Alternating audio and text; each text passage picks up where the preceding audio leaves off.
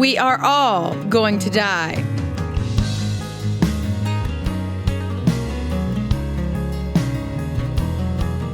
These chairs are great. Yeah.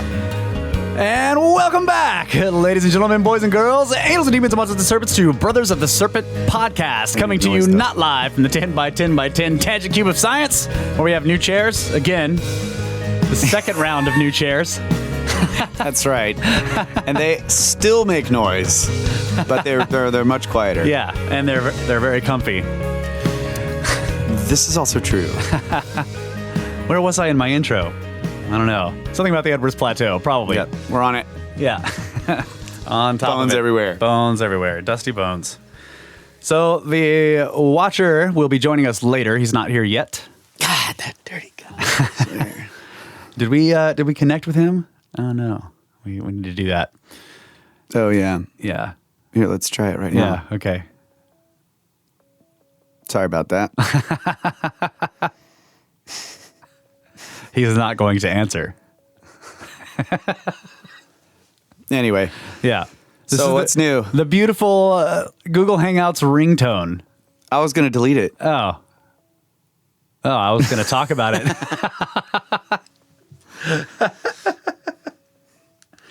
Well, there's not much new except that I have a swollen tooth, so I've got this weird speech impediment. How does a tooth swell? Well, yeah, it's the gums underneath the tooth are swelling, so it's making me talk like this. Maybe I'll just put the Scotty's pipe in my mouth, and then no one will be able to tell that I actually have a swollen gums underneath the tooth. Yeah, I need to get this tooth pulled. I just haven't done it yet. Anyway, let's go ahead and have space weather news from spaceweather.com. Big news, we are upgrading our servers. Hey. Spaceweather.com is about to get brand new, secure, high-performance servers. The transitioning is happening right now. During the move, you may experience brief outages or notice things temporarily out of order. We apologize for any inconvenience, and this is not caused by a massive solar flare. Is that what it says? No, I threw that last part in there. Also, the 2019 transit of Mercury. Mark your calendar on Monday, November 11th. Mercury will pass directly in front of the sun. This rare transit begins at 12:35 UT or 7:35 a.m. Eastern Standard Time and lasts almost 6 hours. Mercury's tiny form, jet black and perfectly round, will glide slowly across the solar disk, as shown in this movie created by science artist Larry Cohen. People in every continent except Australia, poor guys, can see at least a portion of this crossing. In the USA, the best place to be is on the Atlantic coast, where the entire transit is visible. On the Pacific coast, the transit will already be in progress at sunrise. Warning, do not stare at the sun during the transit. Mercury covers a tiny, tiny fraction of the solar disk, so the sun remains as bright and painful as ever. Eye damage can occur. Eclipse glasses will keep your eyes safe, but they won't help you see Mercury. The planet is only 1/194th of the sun's apparent diameter. A safely filtered telescope with a magnification of 50x or more is recommended to watch this event. Nothing beats a telescope equipped with an H-alpha filter. H-alpha filters are narrowly tuned to the red glow of solar hydrogen. They reveal the sun as a boiling inferno crisscrossed by dark magnetic filaments. The sight of Mercury navigating this starscape is amazing. Transits of Mercury only occur 13 times each century. The next one won't occur until November 13th, 2032. So this is an unusual event, not to be missed. Stay tuned. That's cool. Yeah. I would like to get All right, we need one of those lenses. Yeah, because we got a couple of telescopes. I'd like to get that filter. Well, yeah. Current conditions, solar wind speed, 481.5 kilometers per second. Density is 2.7 protons per cubic centimeter. Man, I was way off. Yesterday, I was standing out in the sun, and I told Archer, I was like, it's got to be like 13.6 right now. We're learning, though. The learning process keeps going. No sunspots? No sunspots. Man, okay. Current stretch, 6 days. 2019 total, 175 days of no sunspots, or 69%. Wow. Yeah. In 2018, it was 221 days total, 61%. So, It's cool. You can kind of see how it changes going in and out of the minimum and the maximum. So Very cool. Yeah. Not really. I mean, but it is relatively cool. We are talking about the sun here. Okay, let's see. Should we do stories first, or listener stuff first, or stories? What stories? Like you got news? Oh yeah. Well, I do have one news story, and I mentioned it briefly. It was about the lunar elevator. Oh yeah. But I don't know. The super space moon elevator. Let's do the listener stuff. I have mine pulled up. Okay. One. So I'm the guy that is supposed to be looking at the pyramid scheme PayPal comments. So I'm really bad at that, obviously. But yeah, appreciate everyone who has donated. And for those of you who... We remember like once every 3 months to check and to see if there's comments. For those of you who write comments, I'm sorry. But this one is from Brandon Ricks, and it was from August 7th. And this was right after your birthday. So he says, right. Snakes! First off, happy birthday, Russ! This is half of your birthday present, and half me making up not donating monthly. I honestly thought I was. Sad. Anyways, I know it's not much, but it'll bribe at least one guard when you finally get to pyramids. Snakes! Mystery shift. $20. Bakshish. Thanks, buddy. He sent us bakshish. And then I have a bribe. I have one other donation comment. Russ, this is the propanator. I do not appreciate being called propane guy in your last podcast. Please respect the times and don't assume one's propane status. Propane man is also acceptable. I will let this one slide. Sincerely, propanator. The propanator. Yeah, I'll never call him propane guy. $7.02. Yeah, the propanator is a great name. Propane guy. Yeah, I guess I'm known as propane guy. It'll never happen again. Propanator. Oh, man. And we didn't actually go out to the Lakey property. So, but next time we go, we'll hit you up. Yeah, we're gonna do that. All right, The propanator is also a soon-to-be equipment donator to the Snake Bros podcast. He's already promised us a new monitor. Yes. So we just have to go by there and get it. And it's like, I don't know, an hour away from us. Yeah. This will be the second monitor donation that the podcast has received. That's right. First monitor donation was a great help, but that monitor is falling apart. So thank you, Brenner. That's right. We're about to get monitor donation number 2 from the propanator. All right, so I got a review here from iTunes reviews. I'm pretty sure I haven't read this one yet. It's from Doc Dunny from the U.S. Funny Intellectuals is the title. My favorite new podcast, new to me anyways. Highly entertaining and funny dudes waxing intellectual about esoteric subjects that the mainstream are afraid to talk about. I'm absolutely glued to the conversation and subjects. I literally laugh out loud in public places and get, this dude is nuts looks. Thanks, brothers, and keep up the good work.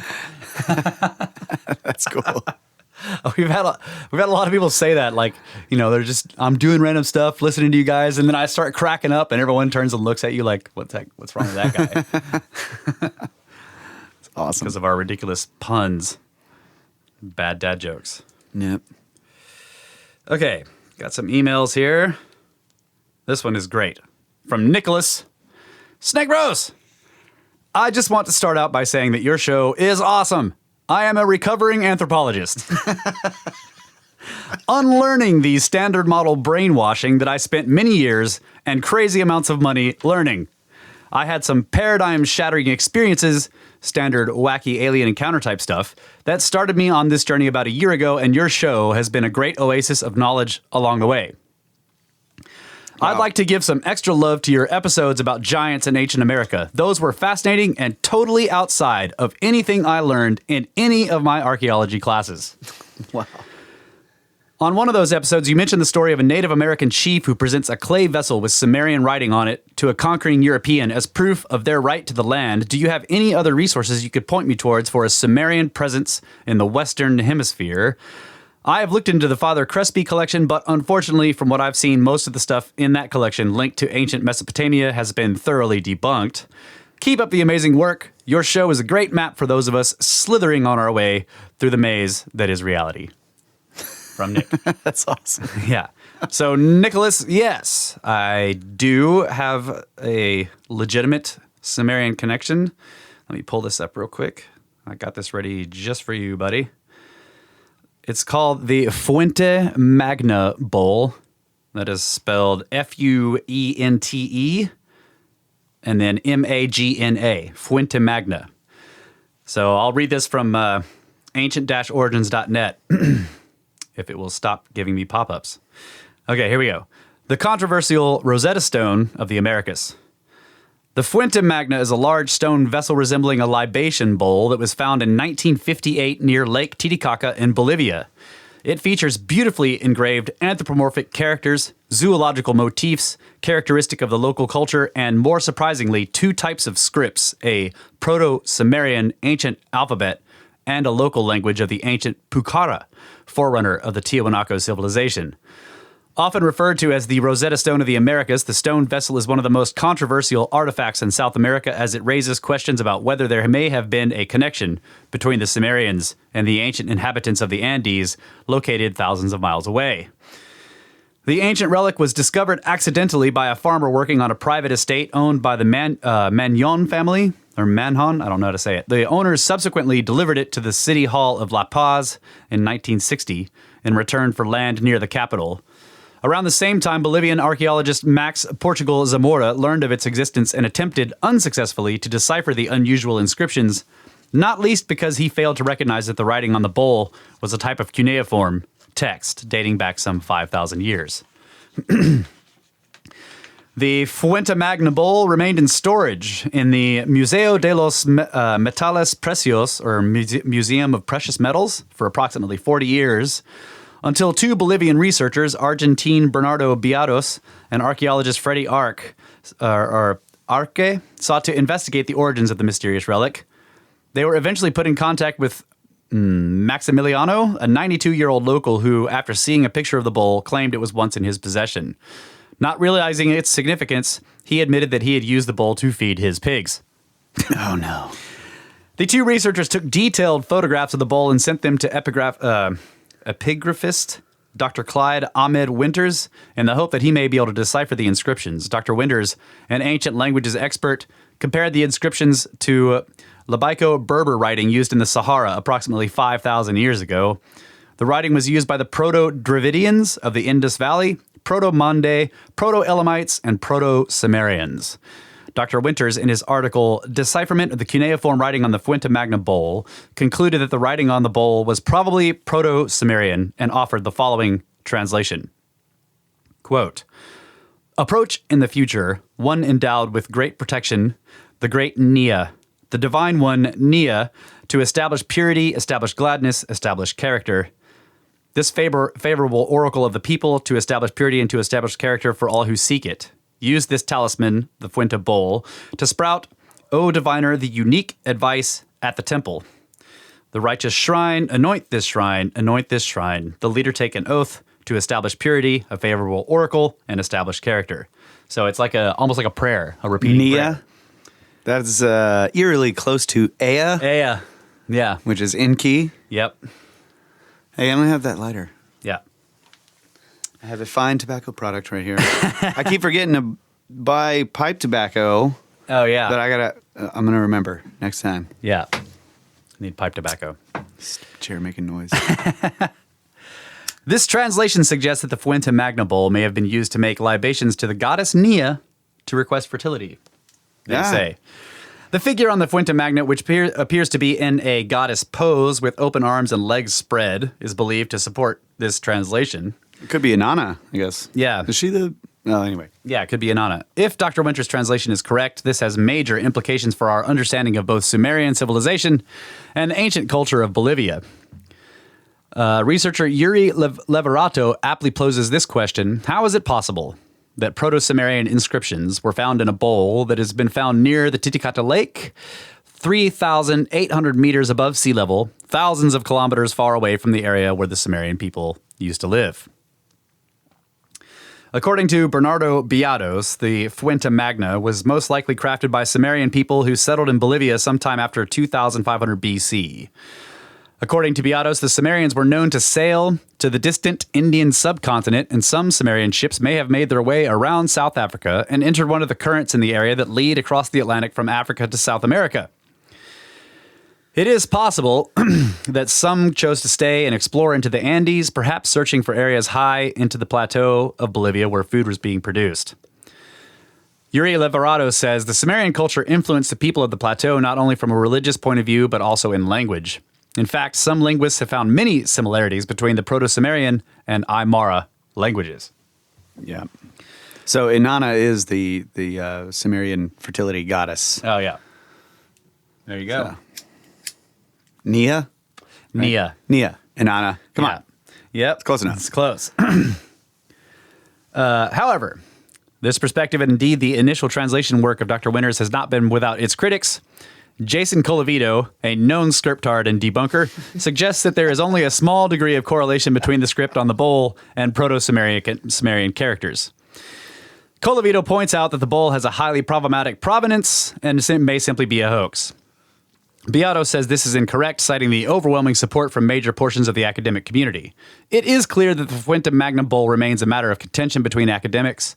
It is hoped that further archaeological and linguistic research may help to unravel the story behind this mysterious artifact, as doing so may help to expand our understanding of the great civilizations of our past and their influence throughout the world. 2 questions. When was that bowl found? You probably read it in the story, and It's I like didn't the 50s. remember. And when was the cuneiform first translated? Because... That's a good. So when was the cuneiform on it first translated? No. In general. Okay, so the bowl was found in 1958, and then it was lost for... Yeah. But Yeah. but cuneiform remained untranslated for quite some time. So Yeah. was it eventually broken? Was the codex broken or whatever in the... But look at that. That's clearly cuneiform. Oh, yeah.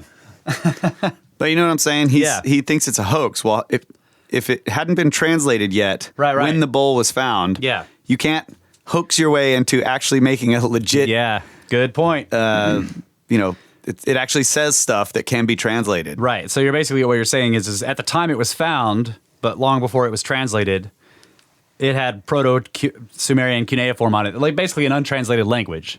Yeah. Yeah. So, but I don't know you can't when... hoax that. I don't know when cuneiform was translated. We don't have the frickin' watcher.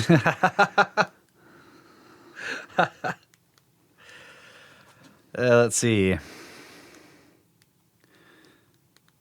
But it was in storage in a museum after they found it. So it wasn't like it was like being, Yeah. Scratched on by somebody. Yeah. Let's see.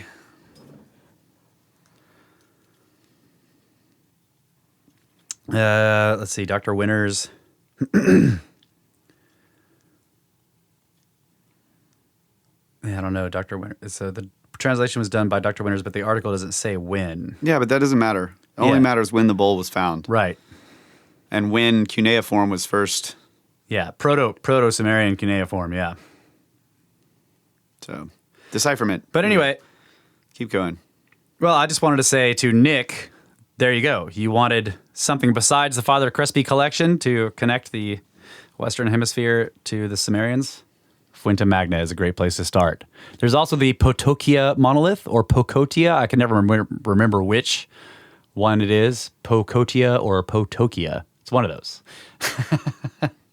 So you can check that one out too. But the Fuente Magna is a very interesting artifact. So let's see. Kyle is watching the Sumerian translations. I have another email here from Kaylee. I think that's how you say that. Hey, Snake Bros. I enjoyed your episode on the moon. The evidence seems to suggest that the moon is indeed hollow, and there does seem to be something strange about the craters and their size versus depth. I spend hours looking at the moon with Google Moon, and recently I found some things that might be of interest to you.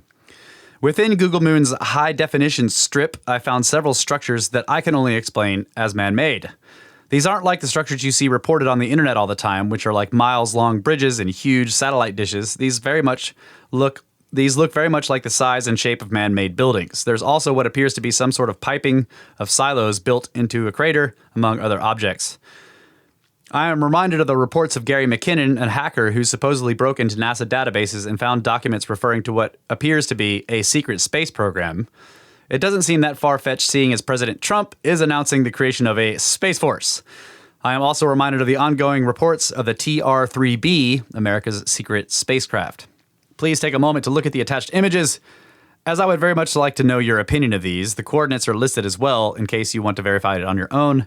I'm sending you 2 of these, but I have a total of 8. Let me know if you'd like to see the others. So I have looked at these, Kyle and I have looked at these photographs. They are weird looking. I will admit that.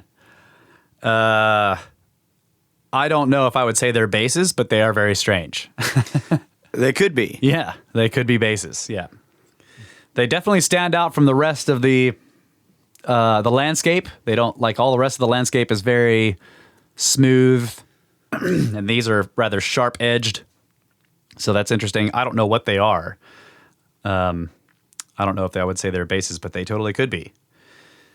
So he also says, here are some ideas for episodes in the future. Secret Space Program, Denver International Airport, the Black Knight Satellite, Baltic Sea Anomaly, Operation Paperclip, Ark of the Covenant, and Acoustic Levitation. We've actually done quite a few of those. So, but yeah, we could definitely do something on the Denver International Airport. That's a weird place. Connects to possibly to deep underground military bases and other strange occult things. And Baltic Sea Anomaly would be a good show. Yeah. Acoustic levitation, man. Yeah. We talk about that all the time. I know how to make that happen. What are you wanting to look at here? Oh, I was looking at the spelling of the name because it could be a boy or a girl's right. name. Kaylee, yeah. Male or female. Yeah. I don't know. So. I'm not saying you all have to tell us. I'm just saying. I need to know whether to read it in a deep voice or a high voice. You guys got to let us know.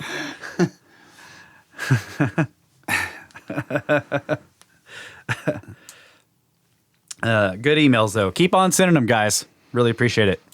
And girls. Right. Yes. All right, I've got sort of like a little, I just want to read this Wikipedia page on Anzick-1. Okay. Now that may take a while. We got 10, 7 minutes left. 7 minutes. And I'd really like the watcher to be here for that. But I do have a couple of other stories. So I don't know. What do you got? What do you want to do? Let's do your other stories, and then we can start with the stuff you want to go through on the next segment. Okay. Let's see. All right. I mentioned this last show briefly. Elevator from Earth to Moon unveiled in breakthrough for space missions. This is from the Daily Star, dailystar.co.uk. A groundbreaking elevator to the moon has been unveiled by scientists in a huge breakthrough for space travel. Researchers have been working on a space line which would link rockets to a solar-powered shuttle. It would drastically cut the cost of space travel by harnessing solar power instead. Researchers at Columbia University and Cambridge University published the concept in preprint server ARXIV. I don't know what that is. Archive, I guess is what it's supposed to be. RXIV.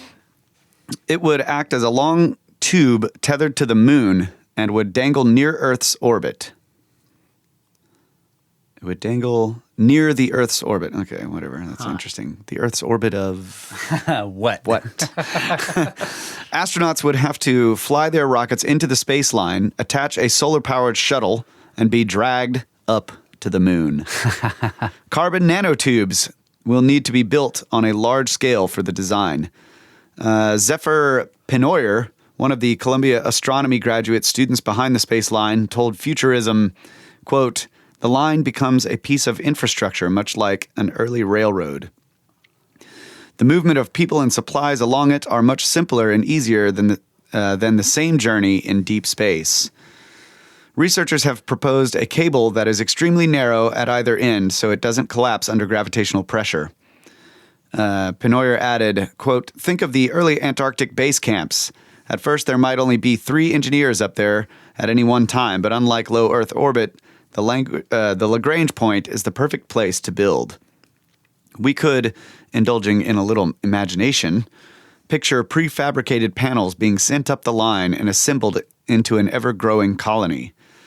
Yeah. I was amazed to find that there are now thousands of people living in a significant part of the year in Antarctica. Eventually, the same could be true of the Lagrange point."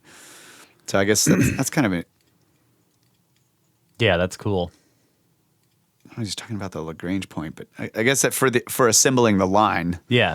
So they have an image here of the this basically this tether cable that's anchored to the moon, and it's just hanging out way down there towards closer to the Earth's atmosphere.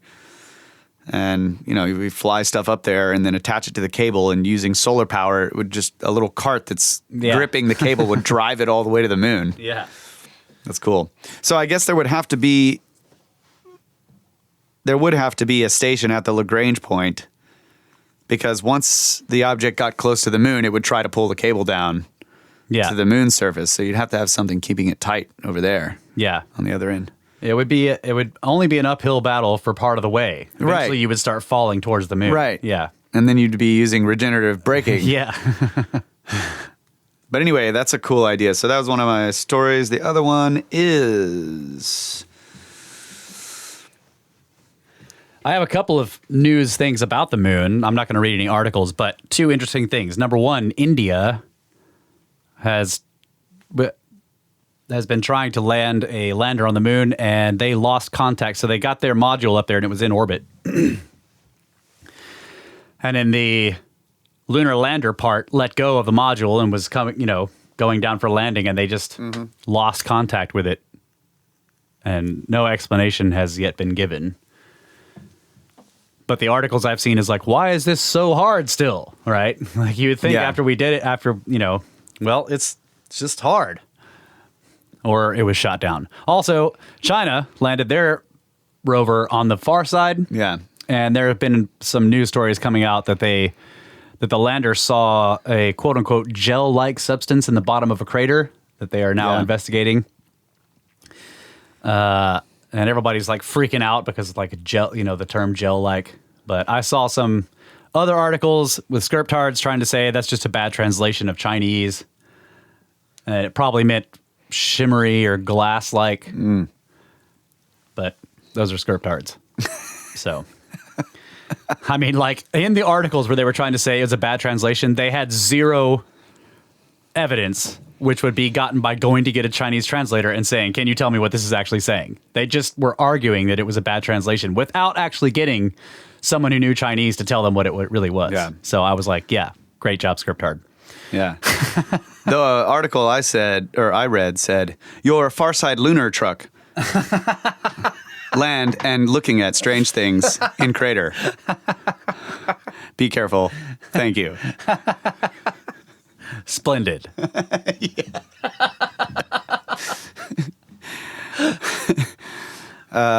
Okay, so the other story. Farside lunar truck.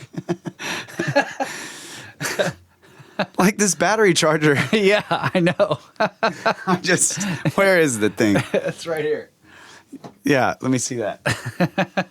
Scotty sent us these lasers, and they have these battery chargers on them, and it has a little thing to tell you, what to do with the battery. It's got the picture of the battery with the positive and negative, and then on top it says, intelligence can be positive and negate I've charged. Like negative is broken into 2 words. Negate, capital I apostrophe VE. Charge. Negative charge. Intelligence can be positive and negative charge. All you can say to that is yes. And then on the bottom it says, quick charge, safe and reliable.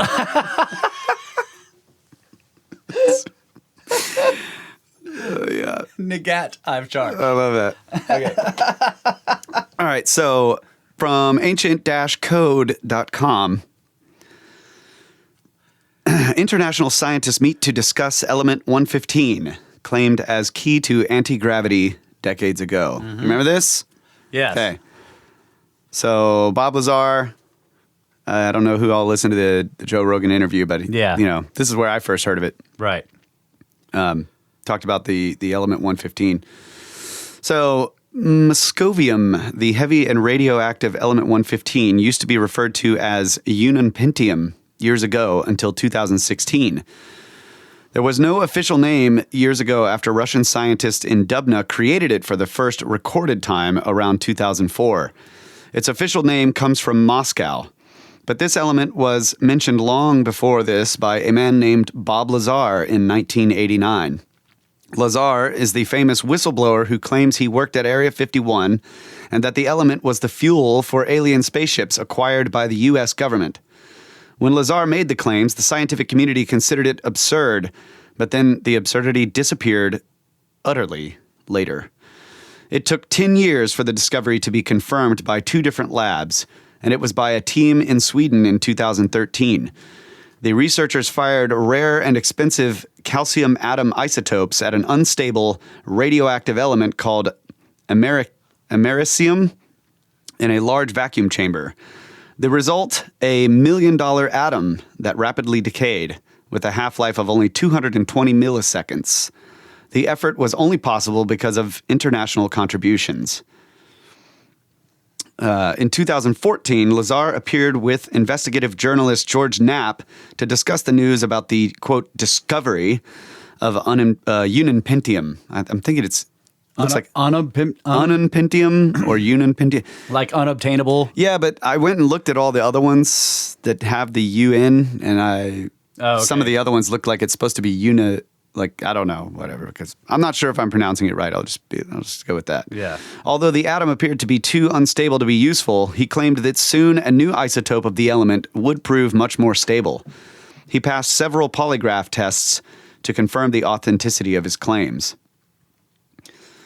In 2019, Bob Lazar and documentary filmmaker Jeremy Corbell appeared together on Larry King to discuss element 115. They claim that not only is the super heavy element the key to space travel, but unfortunately they fear it can be weaponized in the wrong hands. They have a bunch of quotes here that I'm skipping. Maybe I should be reading those. I don't know. If moscovium is indeed something to be feared, it's interesting to note that today a team of international scientists is meeting to discuss its potential future research, as well as the potential of other new heavy elements made in a similar way. The TAN conference is part of a celebration for the 150th anniversary of the periodic table. According to a news release on August 26, 2019, the professor who discovered moscovium is present at the conference. Topics include discussing unresolved research, including whether heavier elements can have longer lifetimes again. There are currently 118 elements listed in the periodic table. Only 92 of them occur naturally on Earth. And then there's some video clips. Let's see. Yeah, so this I remember listening to Lazar on the Art Bell Coast to Coast show, the recordings that I listened to from years ago in the 90s, talking about element 115 long before it was. Yeah, so here's a quote from Lazar. I suppose this was on Larry King. Element 115 is a super heavy element. It's something we've only just recently synthesized. We only made 4 atoms of it, but the craft uses larger quantities of it, 23-gram little triangles of it, said Lazar. Wow. It's a unique element. When it's exposed to radiation, it produces its own gravitational field, its own anti-gravitational field, he clarified. And what it's used what's used to lift and propel the craft and create distortions around it. It's an amazing material, and it's certainly nothing that appears here naturally, he continued. And it can be weaponized, and that's kind of the issue here, interjected Corbell. So that was yeah. Yeah. Yeah, I remember. He talked about the possibility of other isotopes of it. Yeah. That's freaking cool. That is cool. Yeah, and I remember, I think there was some discussion of like, if you can imagine that, I mean, because this doesn't occur naturally here, but it could occur naturally elsewhere. Right. And so like, if you imagine that there is some intelligent species that arose on a different planet where it did occur naturally, that would be a weird place. It would have actual floating islands. That would be. You can imagine it's like just giant saying, chunks of the ground just floating in the sky, and you eventually would figure out why that's happening, and then you would have. Or maybe that's why you don't find it on planets. Because it leaves the planet. Yeah, it breaks up the planet. Yeah, could be. It's only found in deep space. So away from, if it's anti-gravity, it would go move, away from anything with gravity. Right. Yeah. Yeah. Cool. Yeah. I think that's it. There's also the idea of this is not an element, but the idea of quantum particles that you can, there's the quantum tunneling that you can do with magnetism through supercooled objects, right? Yeah. Where it forces the magnetic lines to only travel through this particular pathway, and that will lock an object in place over a magnetic field. Yeah. So there's ideas that you might be able to do that in general, like lock quantum particles in place in some spot, right? I didn't think that was called quantum tunneling for some reason, but anyway. Or maybe it's not. Quantum trapping? Yes. Yeah. Yeah. Yeah. But if you could do that with particles and you could get enough of them, where they wouldn't fall because they're locked in that spot. Yeah. That would be awesome. Yeah. Yep. They just fail to fall. Yeah. All right. You got to keep things really cool around them. That's right. Just stay cool. Stay cool, man. And nothing will move. That's right. All right, let's take a break. Maybe a watcher will join us.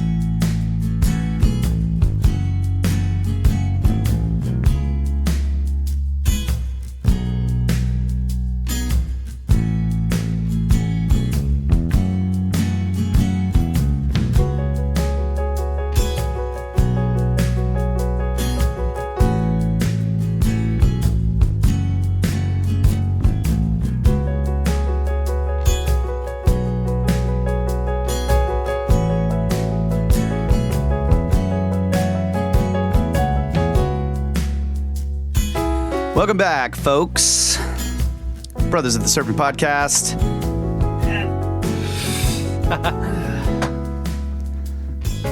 Trying to finish my fine tobacco product. I wanted to go over this Anzick-1 situation where I was listening to Graham Hancock's new book, America Before, for the second time. Yeah. And there's just a part in there near the end of the book when he's talking about the Clovis culture and how the fact that there is only one instance of human remains from the Clovis culture that have been discovered ever. Right. So it's like we have hundreds of thousands of artifacts scattered all over the United States, up into Canada, down in Central America, and there's just like the one child's bones or whatever. Yeah, there's complete. Only been one verified remains that have been verified to be from that culture. So that just blew my mind. I heard it the first time and it blew my mind, and then I forgot about it. So this time when I heard it, and he said it was called Anzick-1. I looked it up, and I've got the Wikipedia page pulled up here, and I just wanted to read this entire page. Yeah, let's hear it. So Anzick-1 is the name given to the remains of Paleo-Indian male infant found in south-central Montana, U.S., in 1968 that date to 12,707 to 12,556 years before present. The child was found with more than 150 tools made of stone and antlers and dusted with red ochre, suggesting an honorary burial. Anzick-1 is the only human who has been discovered from the Clovis Complex. And this is the first ancient Native American genome to be fully sequenced, which is also interesting. Paleogenomic analysis of the remains revealed Siberian ancestry and a close genetic relationship to modern Native Americans, including those of Central and South America. These findings support the hypothesis that modern Native Americans are descended from Asian populations who crossed Beringia between 32,000 and 18,000 years ago. Now, I'm not really sure about if this is really up to date. I mean, maybe it is, but Yeah. That's the Bering Bering Land Bridge, right? Yeah. Now, Graham talked about this in his book too, right? And there's a couple of different lines of possible entry into the Americas, the peopling of the Americas. But anyway, during the Balling Alarad, and then during these brief periods before the Younger Dryas. yeah. So 32,000 and 18,000 years ago. So that would be plenty, before the Younger Dryas. Yeah.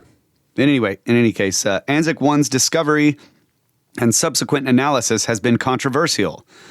The remains the remains were found on private land, so the researchers did not violate the Native American Graves Protection and Repatriation Act in their study.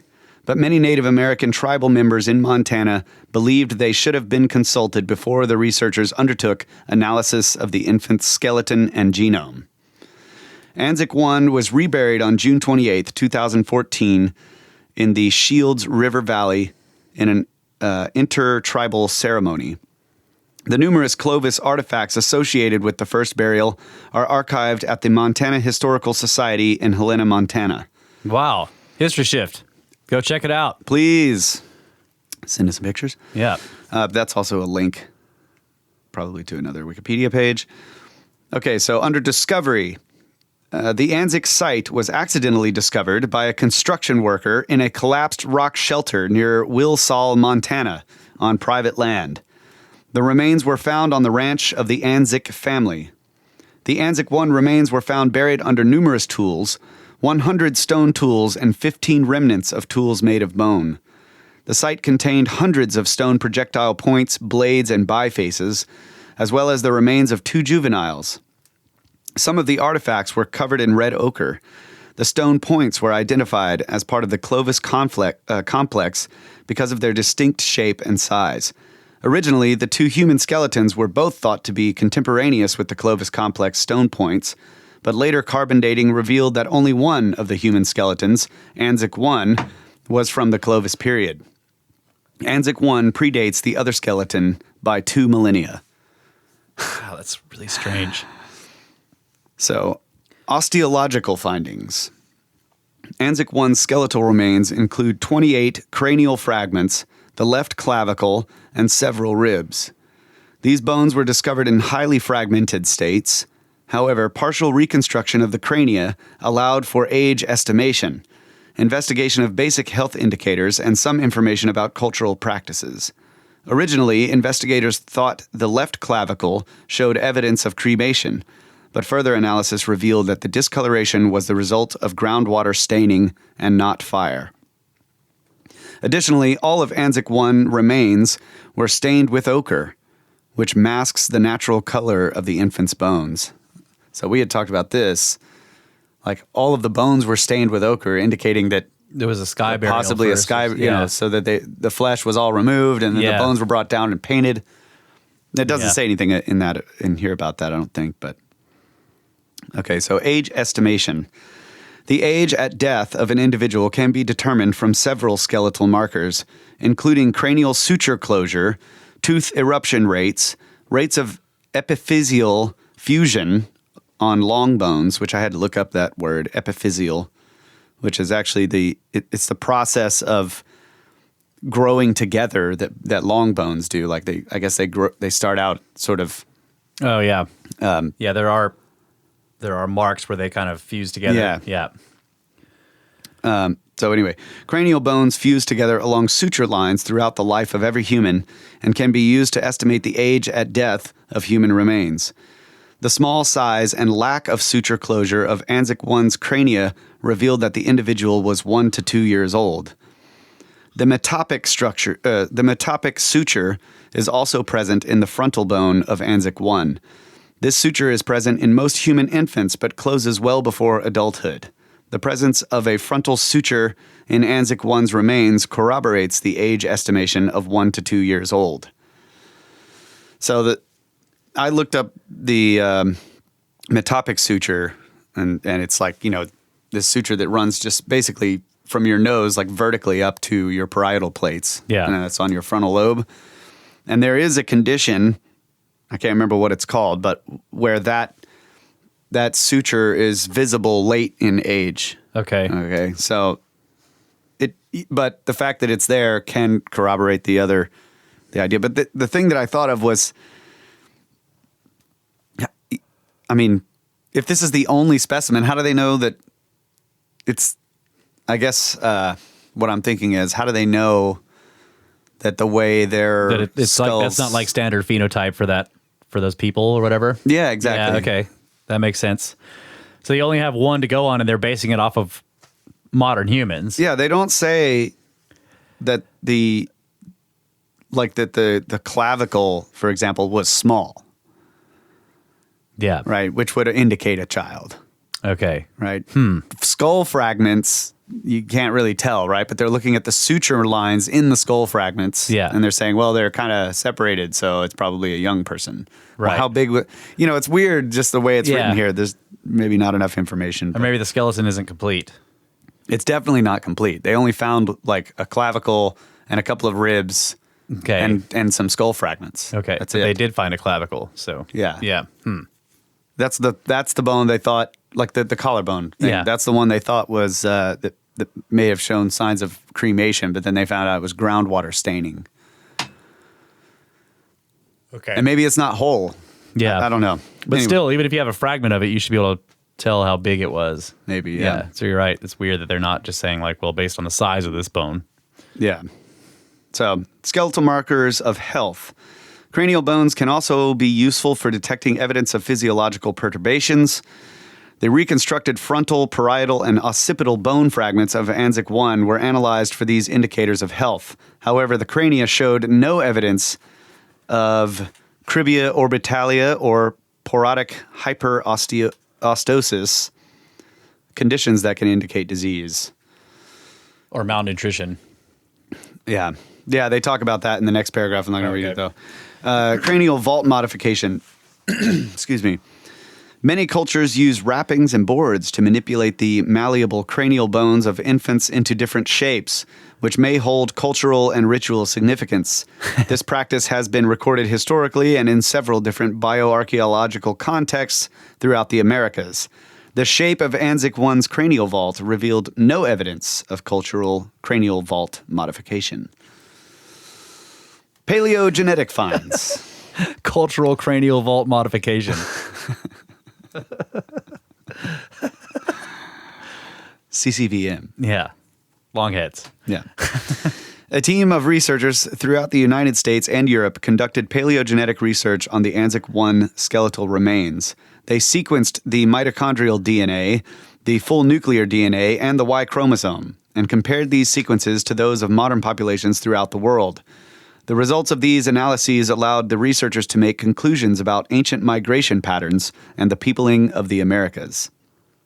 These analyses revealed that the individual was closely related to Native Americans in Central and South America, instead of being closely related to the people of the Canadian Arctic, as had previously been thought likely. The people of the Arctic are distinct from Native Americans to the south, including in lower North America and Central and South America. The infant was also related to persons from Siberia and Central Asia, believed to be the ancestral population of indigenous peoples in the Americas. This finding supports the theory that the peopling of the Americas occurred from Asia across the Bering Strait. That's weird. For more than 20 years, some anthropologists have debated whether the first settlers who came to the New World did so by crossing a land bridge through the Bering Strait or by sea from the southwest of Europe in what is called the Solutrean hypothesis. Yeah, the Solutrean hypothesis. Okay, Yeah. so this is what's confusing to me. At first it says the individual was closely related to Native Americans in Central and South America instead of being closely related to the people of the Canadian Arctic. Yeah. Yet they're still saying that it supports the theory that the peopling of the Americas occurred from Asia across the Bering Strait. Right. So that's... It's weird. They're just assuming that whoever came and eventually They went way populated- down south, Yeah. and then some more people came and they stayed up north. Right. So, yeah. Nuclear DNA analysis. Human nuclear DNA is located inside the nucleus of every cell and makes up the human genome. Humans inherit half of their nuclear DNA from their mother and half from their father. Throughout human evolution, mutations occur that are inherent in each subsequent generation. Different populations have different frequencies of these mutations, and population histories can be ascertained from these mutations by comparing the mutations of one individual to other genomes from specific ethnic groups. The genome of Anzick-1 was sequenced and analyzed to look for specific mutations that might shed light on the population history of modern Native Americans.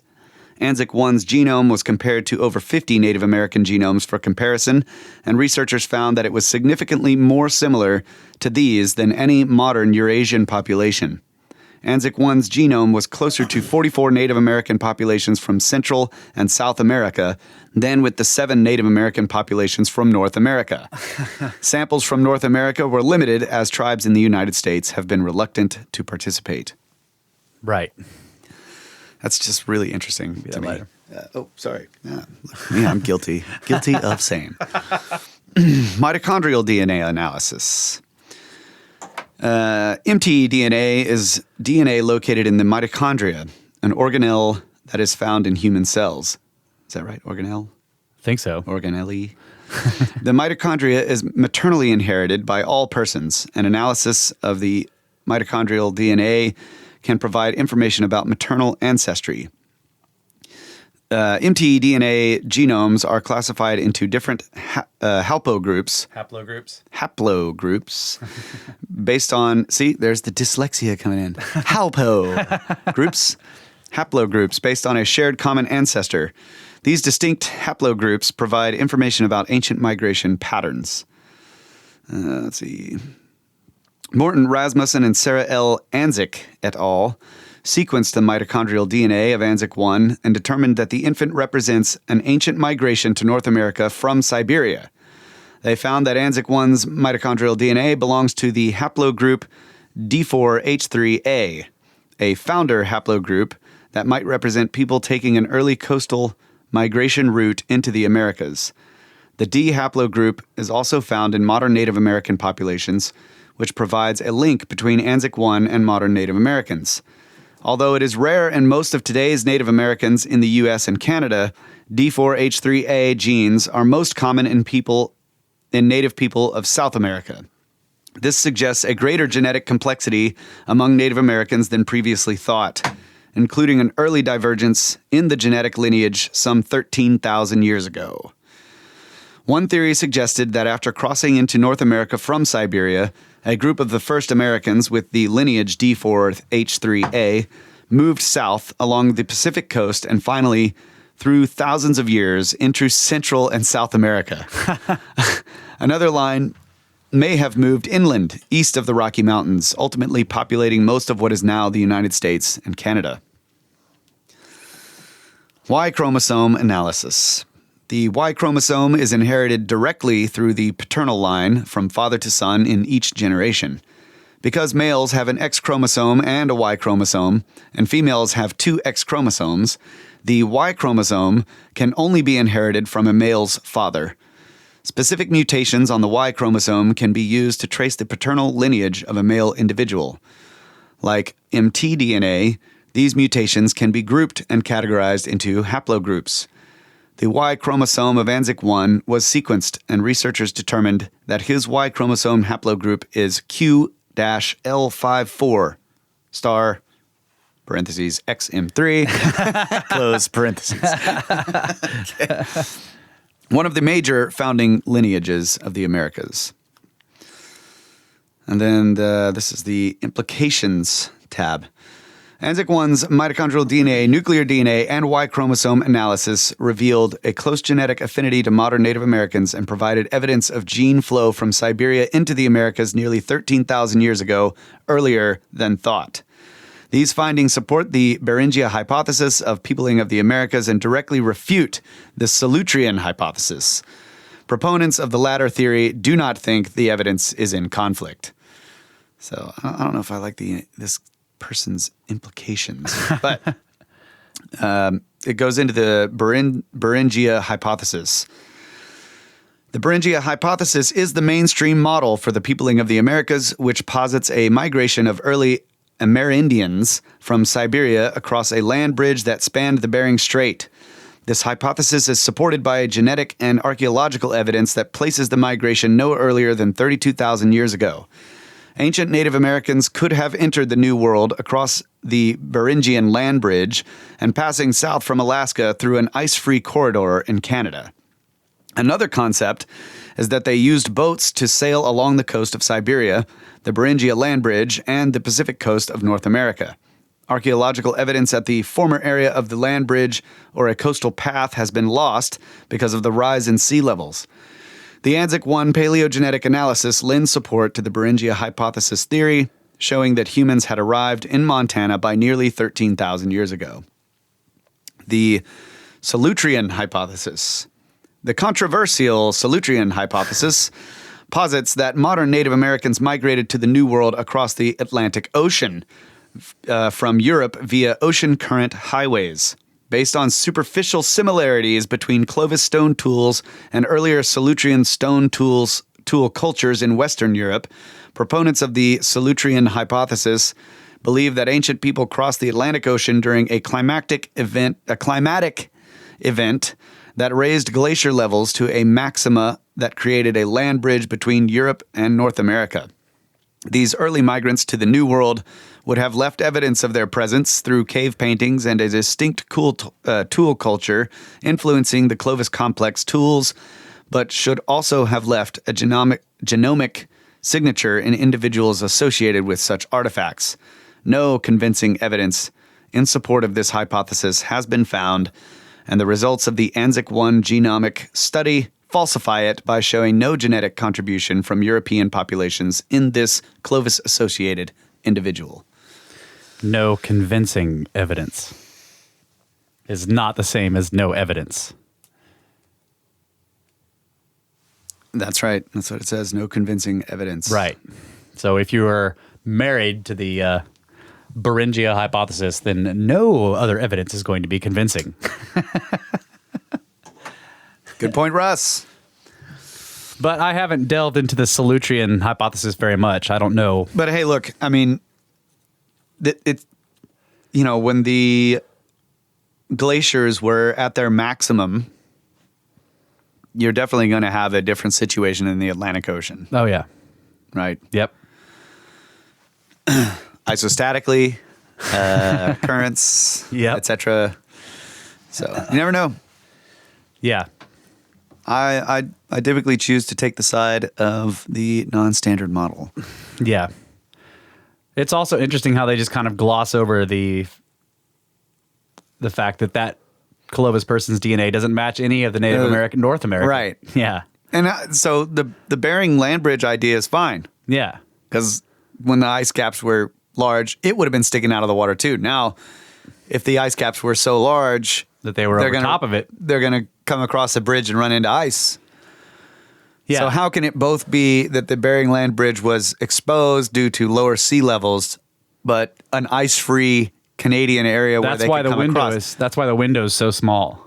Yeah. It only works during the Balling-Alarod period.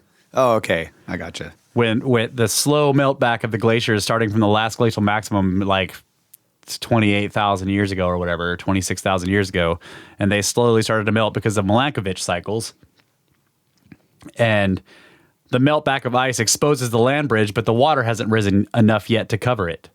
So you have this tiny window, right? Which is why the Bering Land Bridge idea is. Yeah. That's why they throw in that, they might have done coastal migrations in boats. But if the Balling Alarod is before the Younger Dryas period. Yeah. It's the warming from the last glacial maximum up to the Younger Dryas. Up to the Younger Dryas, okay. Yeah. And then it was the onset of the Younger Dryas that wiped out the Clovis culture, right? That's right. This something about the fact that there's only been one specimen, or I don't know what to call it, the remains of one person from the Clovis culture. Just it's like this weird kind of where are they? Creeps me out, but also it's like I don't know.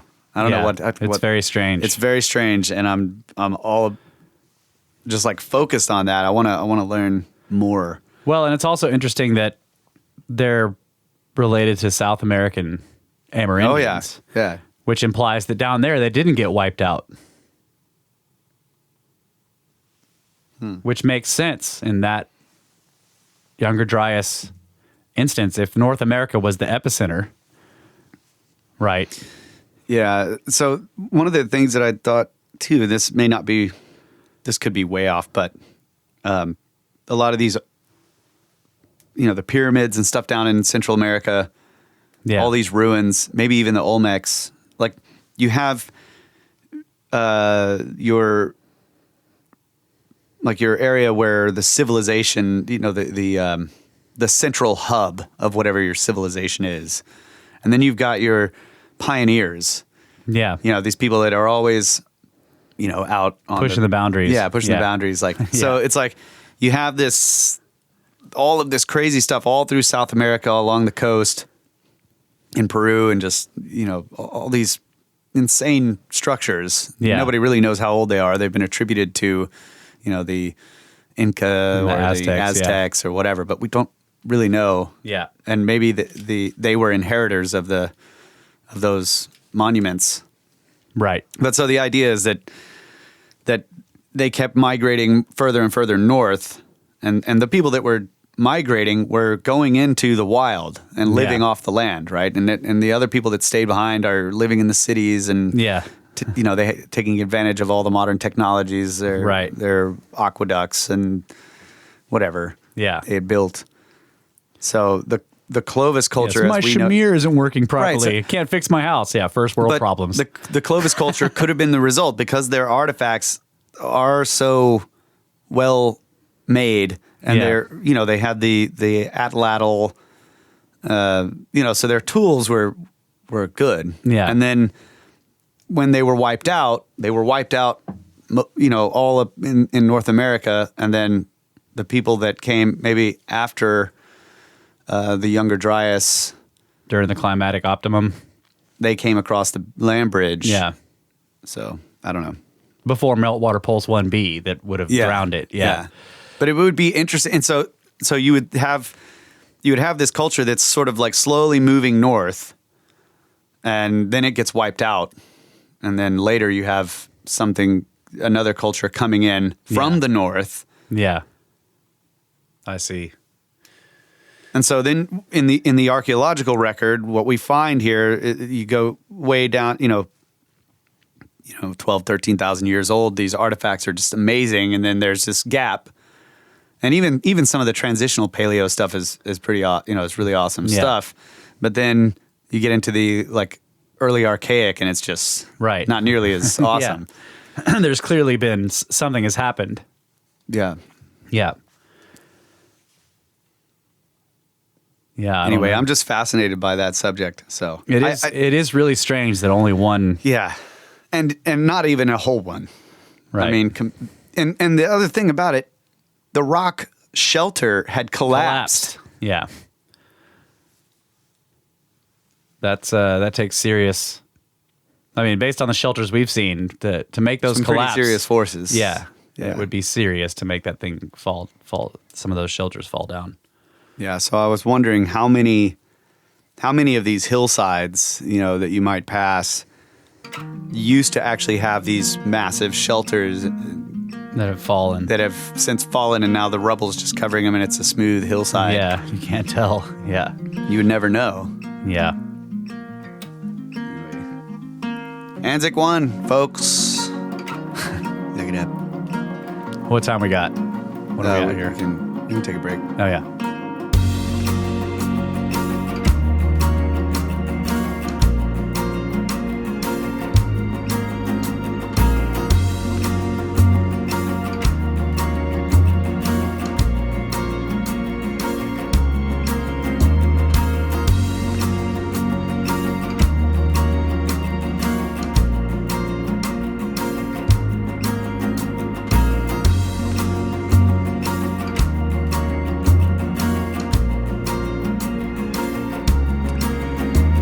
And with half our pyramids tied behind our backs just to make it square, Brothers of the Serpent podcast.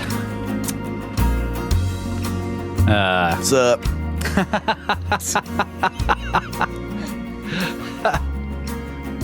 Yeah, so during the break there, we started to talk about more about these Clovis remains, the Anzick skeleton. Not a long head. Yes. But what was weird, right? So we were talking about how it's a collapsed shelter, and then we were talking about how why is it a partial? It's one of those things where you kind of want to see. I want to see drawings or photographs, or even like where they show you the stratigraphy drawing. They kind of map it out. Yeah. Because I want to know why there was only like pieces of the skull and part of a clavicle and a couple of rib bones, but there are all these tools. And they didn't say anything about the other remains. Like, was that a complete skeleton? Was it yeah. a partial skeleton? Were their bones together? Right. This thing was 2,000 years older. But aside from that, the fact that it was buried with or just underneath 100 artifacts, or like 115 artifacts or whatever it was, 100 stone tools and like 13 or 15 other probably bone awls or handles, and they were were covered in red ochre. Yeah. I was trying to imagine, this is a brief aside, but thinking about the red ochre, like some of these artifacts we find, like that's the unpainted version. Right. What did they look like? They'd make this beautiful artifact and then they'd haft it to a thing and then they'd paint it all with the ochre. Man. Ugh. Yeah, it's the same with a lot of the Egyptian stuff you look at, and that all is all painted. But now we view it. It's just the stone. It's still beautiful with the cut hieroglyphs in it or whatever, but they used to be in color. Oh man. But anyway, the point was, like, this seems to be a ceremonial burial. Like the fact that they only had these fragments of bones. Now, granted, because it was a collapsed shelter, perhaps, and then one of the bones was stained with water, maybe, they were under a large boulder, but some of the skeleton was not under a boulder, and so it was actually washed away or eroded. Not eroded, but was getting wet over and over, and therefore just disintegrated, right? Yeah. Perhaps that was the case. Yeah. But we don't really know. It's just interesting that there's just this partial skeleton underneath all these artifacts, and the skeleton shows signs of having red ochre painted on it. Yeah. The artifacts have red ochre painting on it. So it's almost like... Did the other skeleton have red ochre? I don't know. That's what I'm saying. It would be interesting if that skeleton was found when this culture from 2 millennia later were burying their infant. Yeah, they discovered it. They discovered these artifacts and that infant in this shelter that they were burying theirs in. Yeah. And they honored them both. Right. Yeah. It is strange. Man, it's weird that, I don't know. It's a shelter, so were they living there? That's the other thing is, like, did the shelter show any signs of habitation? I mean, there were hundreds and hundreds of artifacts in it. So Yeah, but those were associated with the burial. no, just 100 of them were associated with the okay. burial, but there were hundreds of artifacts found in the general shelter. But it didn't, I need to go back because what the way we find these artifacts today, or in many cases, the ones on top are the youngest. Yeah. And as you go down, they get older and older. Right. So I don't know that if it said anything about all the other artifacts that were found. And there are shelters here near us where we know that universities came out and dug in them all the way down to the quote-unquote Clovis layer where they found Clovis artifacts. So the Clovis people were here, and yet they're not related to any of the American Indian tribes that are in North America now. So that's interesting. Yeah. See, this doesn't really give you enough information. It says 100 stone tools and 15 remnants of tools made of bone were found buried. They were found just above the remains of Anzick-1. The site contained hundreds of stone projectile points, blades, bifaces, as well as the remains of 2 juveniles. And so one of the juveniles is Anzick-1. Yeah. Right. Some of the artifacts were covered in red ochre. The stone points were identified as part of the Clovis Complex because of their distinct shape and size. So based on what they're saying here, all of the artifacts were Clovis. So where did this 2 millennia later skeleton come from? Yeah. It's weird. I actually would think... I'm going to have to look in... I would actually... This is what I think. This is what I would say. That the Anzick-1 skeleton is not a Clovis. Okay, what's your...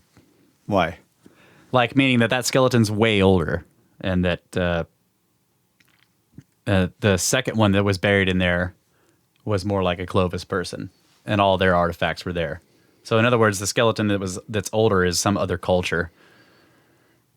Not Clovis? Maybe more related to the ancestors of the Olmecs or something like that. Well, maybe.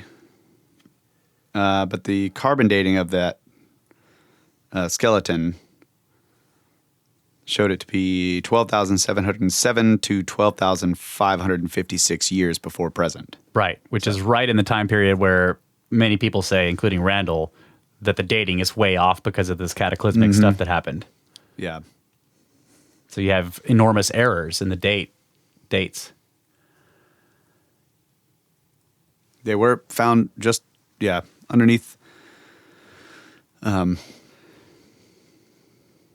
Clovis Complex artifacts. I don't know. I just need to look up more stuff. Really need to just, like you were saying, get a picture of this stratigraphy. Yeah. Some stuff on the site itself. Yeah. So, well, by request of some of our Patreon supporters, including the one that I read from Robert last week, I have done some diving into the Suspicious Observers YouTube stuff. So we start our podcast with space weather news, and some people expect it to be the Suspicious Observers stuff because they call they call what they do space weather news, right? What I get my stuff from is spaceweather.com, which is just a daily update of what's going on in space weather. Whereas the Suspicious Observers guys, which I think their work is great, they're not really doing space weather news. They're doing space weather analysis and, and a lot of connecting the dots and putting things together. Nevertheless, their work is fascinating, and so... Which we obviously don't do. I'm just trying to figure out how proton density affects me every day. Right. That's as far as my analysis goes. How does proton density relate to the amount of sweat that I make outside? Yeah. So what I specifically did was I went and watched the entire Suspicious Observers Earth Catastrophe cycle set of videos. They have a playlist. It's like 27 videos. Some of them are real short, but not all of them are short. So anyway, I've gone and watched that, and I've tried to get an overview of what their basic premise is. Okay. So I'm going to see if I can sort of give my own synopsis of what I think they're trying to say. And it's very interesting stuff. So they start with this document that was classified, for some reason, was classified by the CIA and then more recently released under the Freedom of Information Act in a quote unquote, if you look at the CIA website, a quote unquote sanitized version. Okay. It's a book called The Adam and Eve Story by Chan Thomas, which is a pseudonym. It's some kind of, no, it's not clear who this person really was, I think.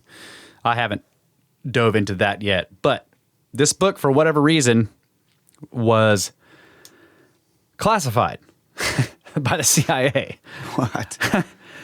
So the sanitized version was released very recently under the Freedom of Information Act, and I have a copy of it here on PDF.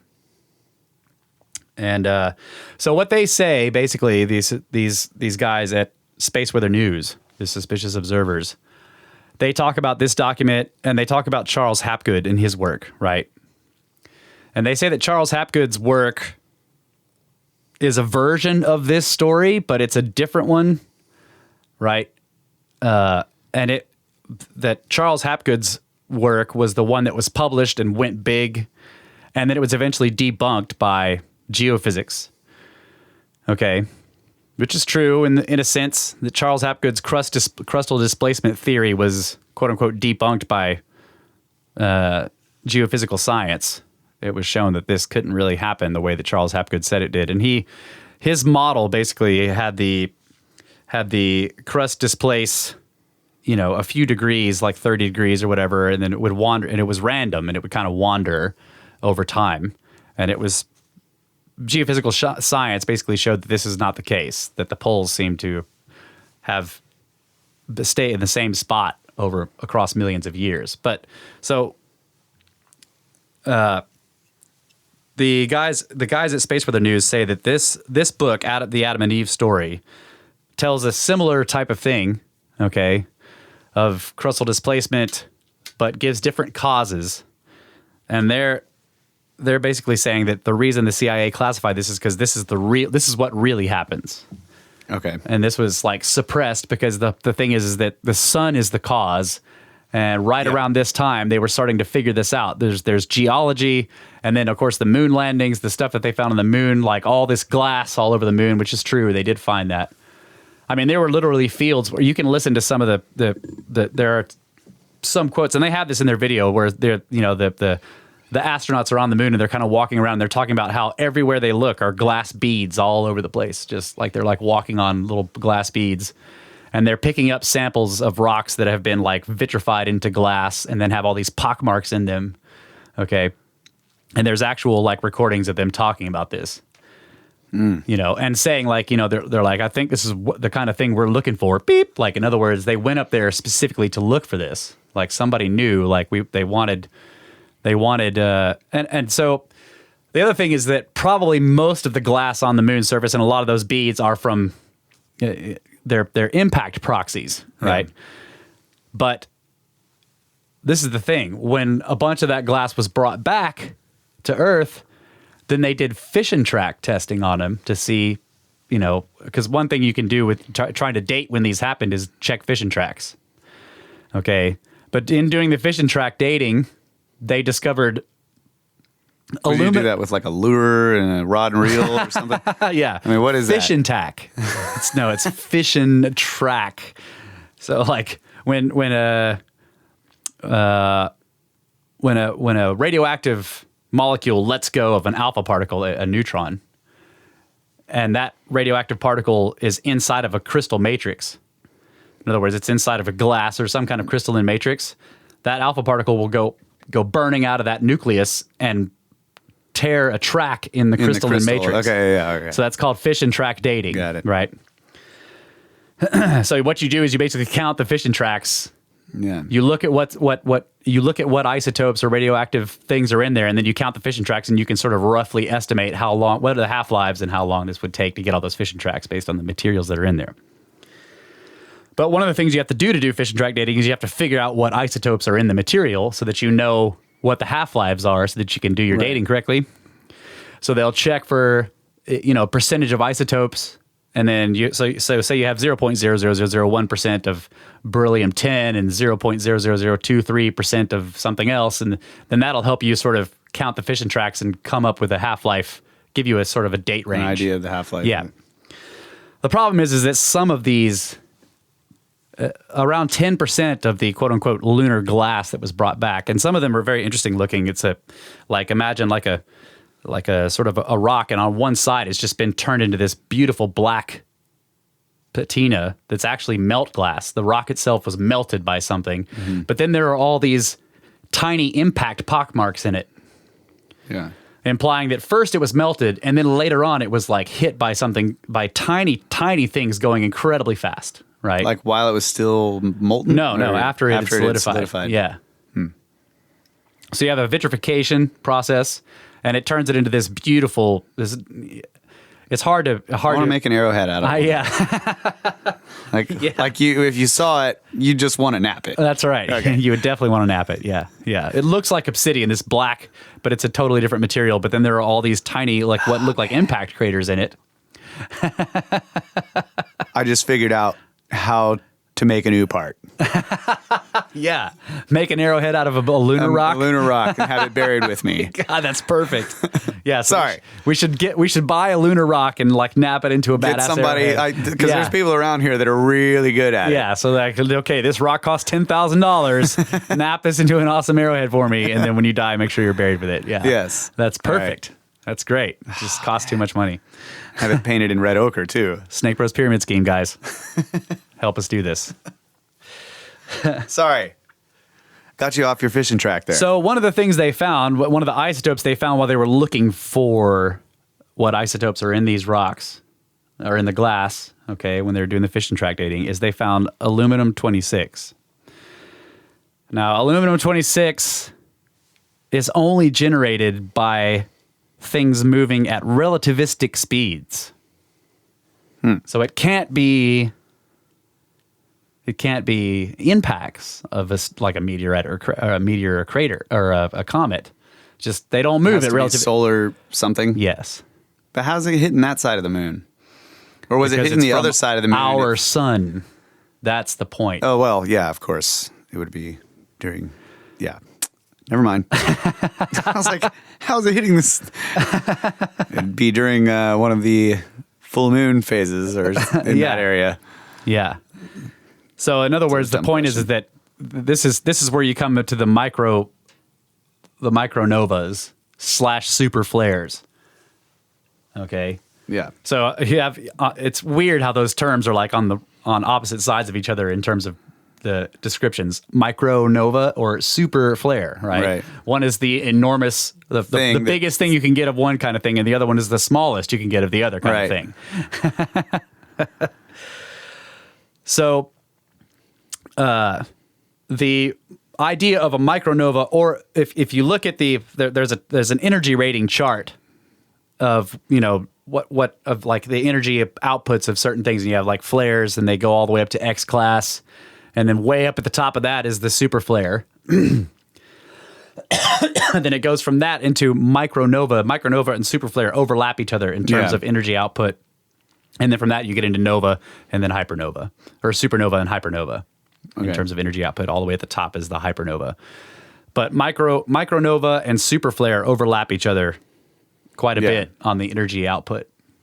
But they're totally different processes and have completely different effects. Now, it's known that there are multiple stars now that just in the Milky Way that nova over and over. Yeah. Right? The star just will explode and blow off all this stuff, and then 15 years later, it blows up again and blows off a whole bunch more stuff.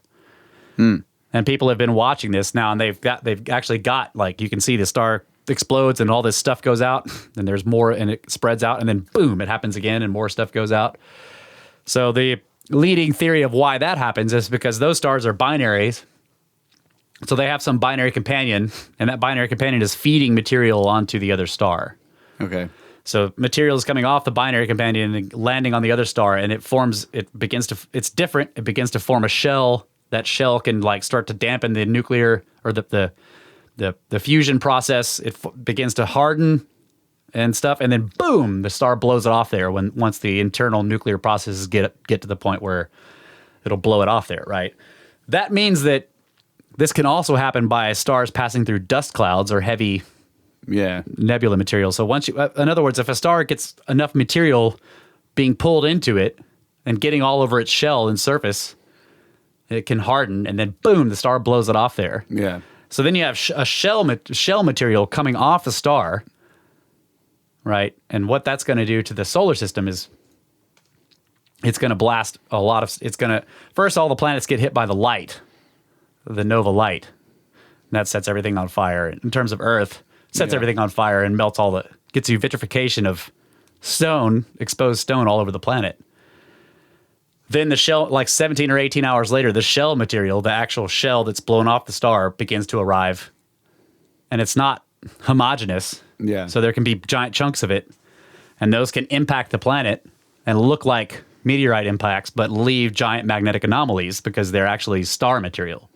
Yeah, so like the astrobleam in front of the Serpent Mound could be right. one. And the South Atlantic anomaly and the Bermuda Triangle, these places with giant magnetic anomalies deep down underneath the Earth may be explained by remnants of star shell material from our sun. That's freaking. So, going back to this classified document, I want to read the intro to it. This is basically the introduction. It says, with a rumble so low as to be inaudible, growing, throbbing, then fuming into a thundering roar, the earthquake starts. Only it's not like any earthquake in recorded history. In California, and this is a projection of it happening in the future. Okay, this is not saying what happened in the past, but he's saying like this is going to happen again. All right. In California, the mountains shake like ferns in a breeze. The mighty Pacific rears back and piles up into a mountain of water more than 2 miles high, then starts its race eastward. With the force of 1,000 armies, the wind attacks, ripping, shredding everything in its supersonic bombardment. The unbelievable mountain of Pacific seawater follows the wind eastward, burying Los Angeles and San Francisco as if they were but grains of sand. Nothing but nothing stops the relentless, overwhelming onslaught of wind and ocean. Across the continent, the 1,000-mile-per-hour wind wreaks its unholy vengeance. Everywhere, mercilessly, unceasingly, every living thing is ripped into shreds while being blown across the countryside, and the earthquake leaves no place untouched. In many places, the Earth's molten sublayer breaks through and spreads a sea of white-hot liquid fire to add to the Holocaust.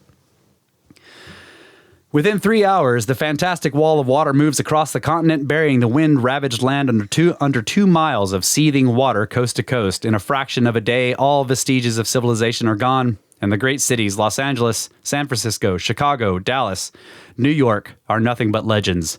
Barely a stone is left where millions walked just a few hours before. A few lucky ones who managed to find shelter from the screaming wind on the lee side of Pikes Peak watch a sea of molten fire break through the quaking valleys below. The raging waters follow, piling higher and higher, steaming over the molten earth fire and rising almost to their feet. Only great mountains such as this one can withstand the cataclysmic onslaught. North America is not alone in her death throes. Central America suffers the same cannonade, wind, earth fire, and inundation. South America finds the Andes not high enough to stop the cataclysmic violence, pounded out by nature in her berserk rage. In less than a day, Ecuador, Peru, and western Brazil are shaken madly by the devastating earthquake, burned by molten earth fire, buried under cubic miles of torrential Pacific seas, and then turned into a frozen hell. Everything freezes. Man, beast, plant, and mud are all rock hard in less than 4 hours.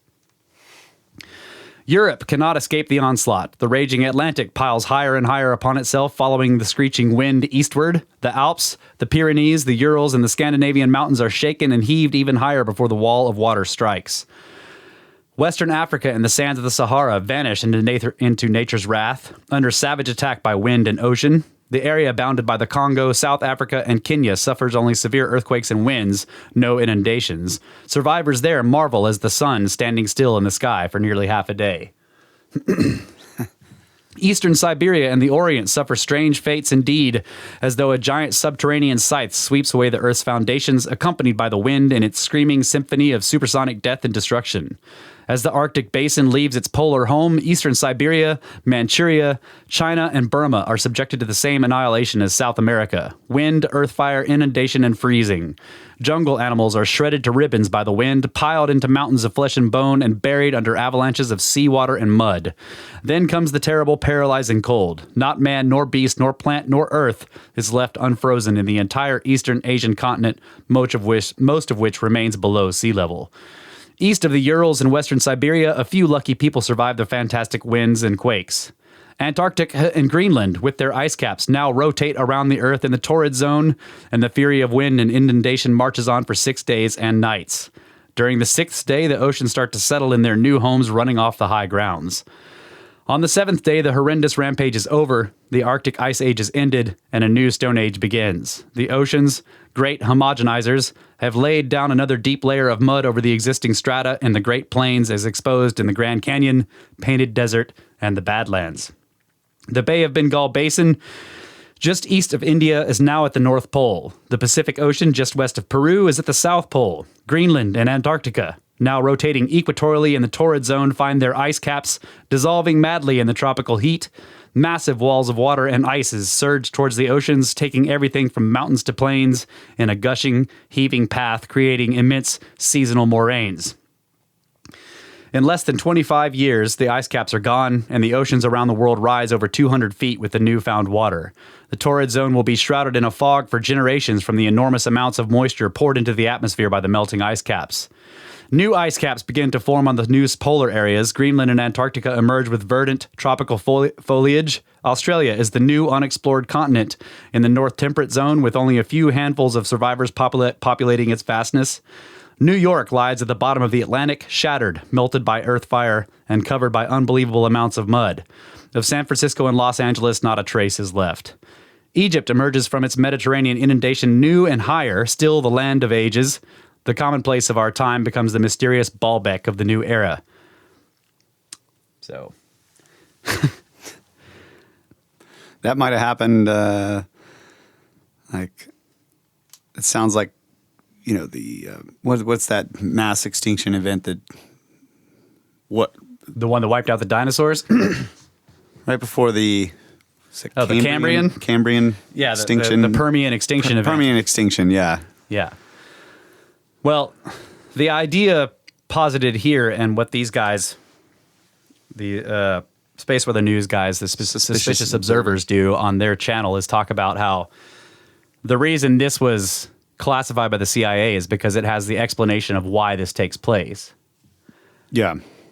And it's about and because of the right, so there's evidence of the glass right on the moon, and then the fact that they find this aluminum-26 isotope, which can only be made by relativistic particles. Like, you have to have basically cosmic rays make this stuff, but there's so much of it that its source must have been the sun, as opposed to what we think of as cosmic rays coming from outside the solar system. So the micronova would create the cosmic rays, and novas create cosmic rays. Yeah.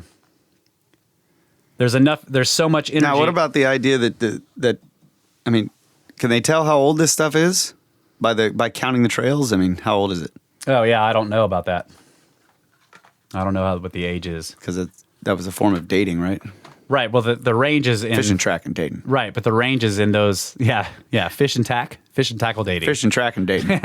Sounds like the problem is with those isotopes is the error margins that you get are so enormous. Okay, because the thing that I thought of was, we don't know why the spaceship Moonship is even there in the first place. That's right. So maybe it got all that stuff when it was on its way here. Yeah, could be. Yeah, it picked up that stuff on its way here when it was outside the solar. What do they call that? The helio sheath. Yeah. Yeah. So that is true. But But the premise that these guys are talking about is that there is a cyclical catastrophe that happens to the whole solar system. Yeah.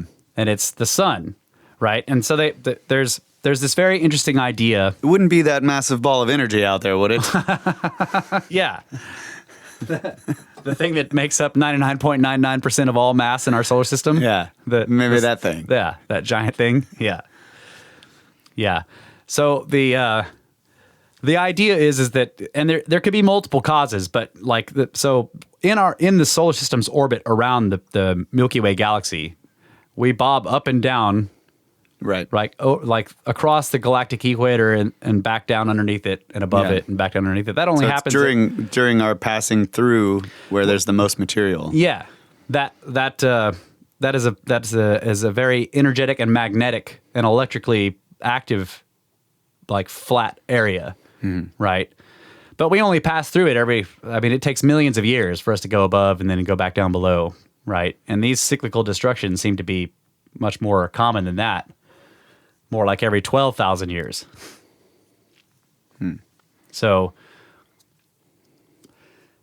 the other thing is that the center of the galaxy is rotating. So like if you look at the solar system, there's a solar system working as our sun working as a small model of the galaxy, because it's the same thing. It's a spinning center of mass with an electrical field, right?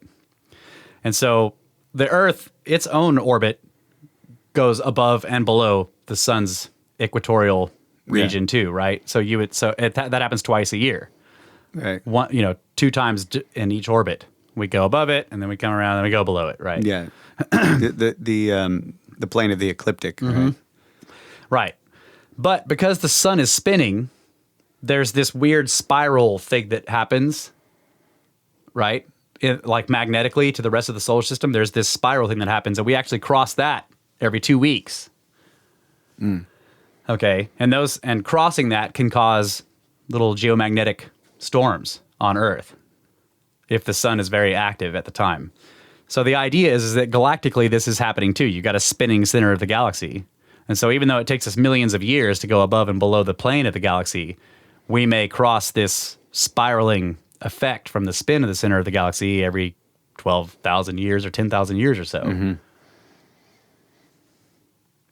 That's just a guess. Right.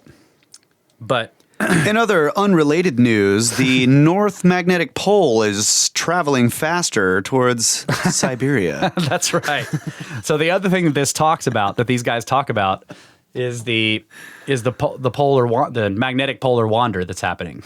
And what's weird is the North Magnetic Pole for a while was heading, they were doing the right thing, right? The South Pole was sort of going in one direction and the North Pole was going in the other, and they were like seeming like they were staying opposite to each other. Yeah. But very recently, the North Magnetic Pole has like turned around and is now heading, and they're heading towards each other, towards the same spot on the planet.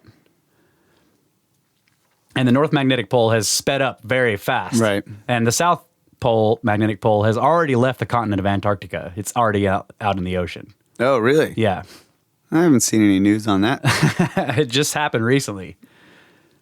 And the North Pole was, moving over here, and now it's going all the way back across the Arctic Circle and headed in the other direction. And moving very quickly. And I remember reporting on the North Pole, like accelerating. Mm-hmm. It's accelerating, yeah. And the South Pole is not accelerating. And they were like, man, we were planning on redoing the maps or tweaking the GPS satellites or whatever. Yeah, 10 years from now, but we have to do it now. Yeah, we have to do it now. Yeah. Yeah.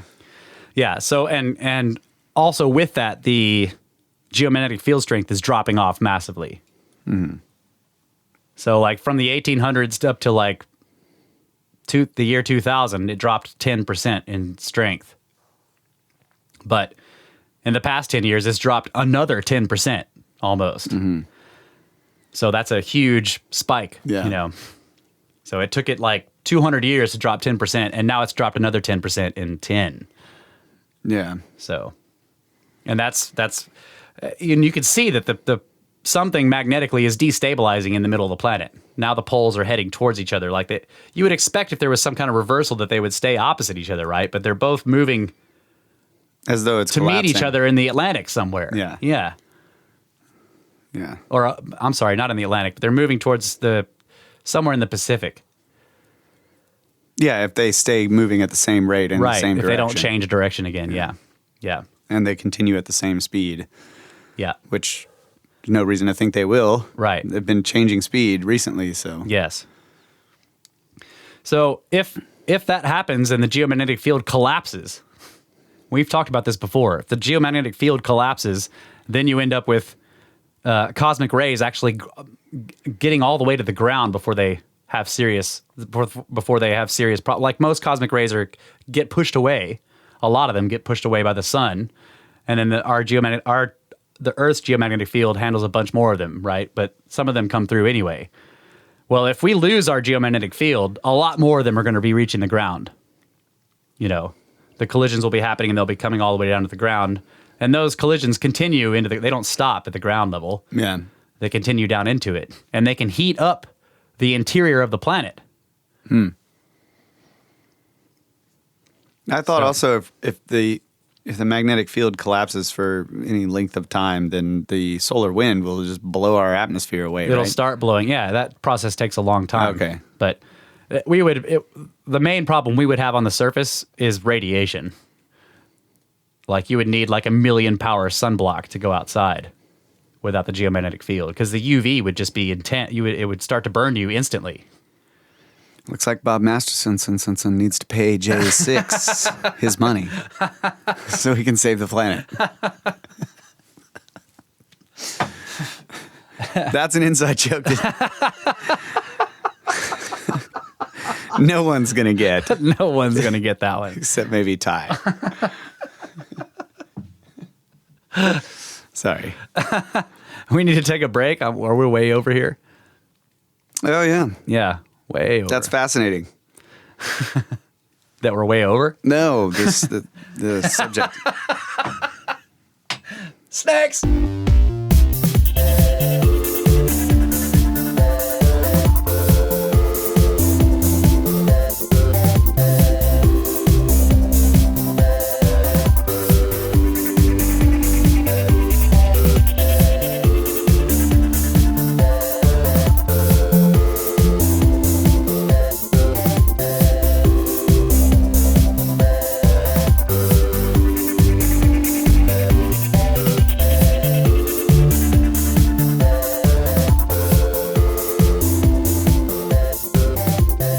So, are you buying all this? Like, are we doomed? I don't know. I mean, that scenario they painted is, seems like more people survived the cataclysm that ended the Younger Dryas. Right. So prior. one thing they say, they immediately say is that situation is far more extreme than what probably actually happens, because that guy was assuming. So there's this thing you can do. What he was talking about was a crustal displacement that happens because of a giant flare or a. So okay, there's this. This is what I remember. I promised to be reading from Wikipedia like you did. Yeah. Let me go ahead and do We that. also have a soundbite I prepared. Are you? Yeah, we're getting going to that. You getting to that? Yeah, I'm Okay. going to get to it. And Just wanted to remind you. so there's this place. There's this area underneath in the earth. Like, so if you're looking at the earth and you see its layers, you got the crust, the lithosphere, right? And then there's the Mohorovic discontinuity where the lithosphere becomes the mantle. And then there's this area in the mantle called the low velocity zone. Okay. The low velocity zone occurs close to the boundary between the lithosphere and the asthenosphere in the upper mantle. So it's not right on the boundary. It's in the upper mantle. Okay. It is characterized by unusually low seismic shear wave velocity compared to the surrounding depth intervals. This range of depths also corresponds to anomalously high electrical conductivity. It is present between about 80 and 300 kilometers depth. This appears to be universally present for S waves, but may be absent in certain regions for P waves. So the LVZ, or low velocity zone, has been interpreted to indicate the presence of a significant degree of partial melting. Okay, so the idea is this: you got this plastic area in there, and this area locks the lithosphere or the crust to the mantle. This is what keeps the crust from drifting around on the mantle. Okay. Okay. It's electrically conductive or whatever. Right. So the interesting thing about it is that in Hapgood's idea of crustal displacement, he was saying that perhaps the ice caps can, either at the South or the North Pole or whatever, or both, can get offset enough to where there would be enough energy because of the rotation of the Earth, there would be enough momentum from those to change the plasticity of this area and allow the crust to drift over the mantle. Yeah. The problem is that the geophysics science, looking at the viscosity of that area and doing calculations on the amount of ice on Greenland and this other stuff, because Greenland's a big player here. It's got this humongous ice mass on top of it, and it's way down below. It's, way down here. In terms of where the Arctic Circle is, the Greenland is like way offset. Yeah. And it's landlocked. So Greenland is the big player in the pole, right? It wants to be on the equator. And there's just not enough. There's just not enough stuff there, enough ice on Greenland to yank the whole crust loose. Mm-hmm. But if the sun hits us with a super flare or a micronova, enough cosmic rays and other stuff get down into the low velocity zone where it's electrically charged and get subsumed into that material, change its viscosity, and then the crust becomes loose. Okay. And then Greenland can pull itself down to the equator. Okay. Mm-hmm. So this is the idea that they're talking about. That, and it's weird because when you think about it, you're like, okay, how could the sun have anything to do with the Earth changing, with the Earth flipping over or whatever? Well, it is actually shown that like if enough cosmic rays get down there into that material and change it electrically and in terms of temperature and raise the melting enough to where it becomes more liquid and then it starts to slide around. And it can become disconnected. The lithosphere can move, and then Greenland will pull itself down to the equator very quickly. Right? And then you have all these stories of the sun standing still in the sky, or the long night, or the moon not moving, right? Those are also associated with the moon turning blood red, and the sun images and the other spirals and stuff like that are on petroglyph carvings, along with the shaman guy with the two dots, which is the Birkeland current. What do they call it? The Z-pinch form. The Z-pinch plasma form, right? So these images are all associated with each other. And then we have all these ancient accounts of this stuff happening in the sky, and then all this cataclysm taking place afterwards. After the earth or the heavens stand still for 20 hours or 3 days or whatever. Right. And then the seeds recede and then they come back. And so you have all these like cataclysmic stories from all across the world that are very similar. And they talk about the heavens standing still along with strange solar phenomena. Okay. So the idea is that this is being recounted to us by our ancestors. They're saying like this happened to us. We saw it. Okay. So now we can play the soundbite. This is from Dr. August. What was his name? August Dunning. Yeah. From a presentation called Voices from the Past. What were all these ancient people saying? What were all these people trying to remember? We must take the words left to us in generations of oral histories and written records of observations in the sky as instances of events that were not the norm. They were so important and unusual that they have come through time as warnings left by our brothers and sisters, the ancient past. These events were not lunar eclipses or earthquakes. Now in this time, with our understanding of celestial mechanics, atmospheric and geological sciences, we must try to make sense of these recorded events and untangle them from worship and prophecy. It's time to look at them for what they actually provide as a roadmap of things to come. We can ask the question, has the Earth stopped rotating for any length of time in recorded history? And the voices call out to us from the ancient Middle East. The book of Joshua in 1405 BC. O sun, stand still over Gibeon. O moon, over the valley of Iasion. 1013. The sun stood still, and the moon stood motionless while the nation took vengeance on its enemies. The event is recorded in the scroll of the Upright One. The sun stood motionless in the middle of the sky, It did not set for a full day, and those same voices call out to us from ancient Peru.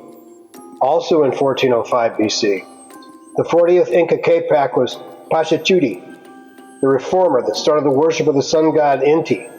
In 1405, there occurred a frightening darkness. Quote, good customs were forgotten, and people were given to all manner of vice.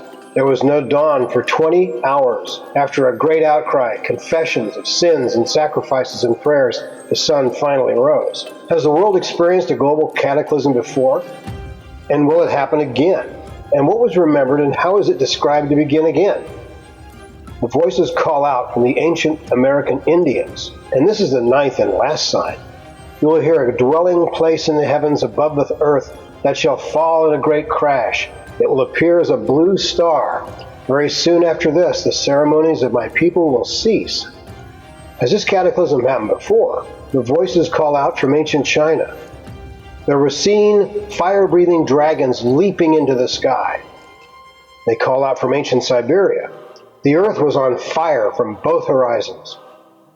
And they call again from the ancient past in the voices of the Inca. At the Intihuatana was a stone cut with great precision to observe and measure the movements of the sun.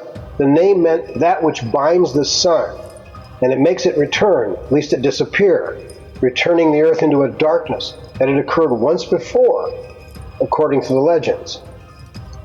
Did the Inca, Chinese, Siberians, and the rest remember the last Micronova event in their oral histories? We need to take these people seriously. Yeah.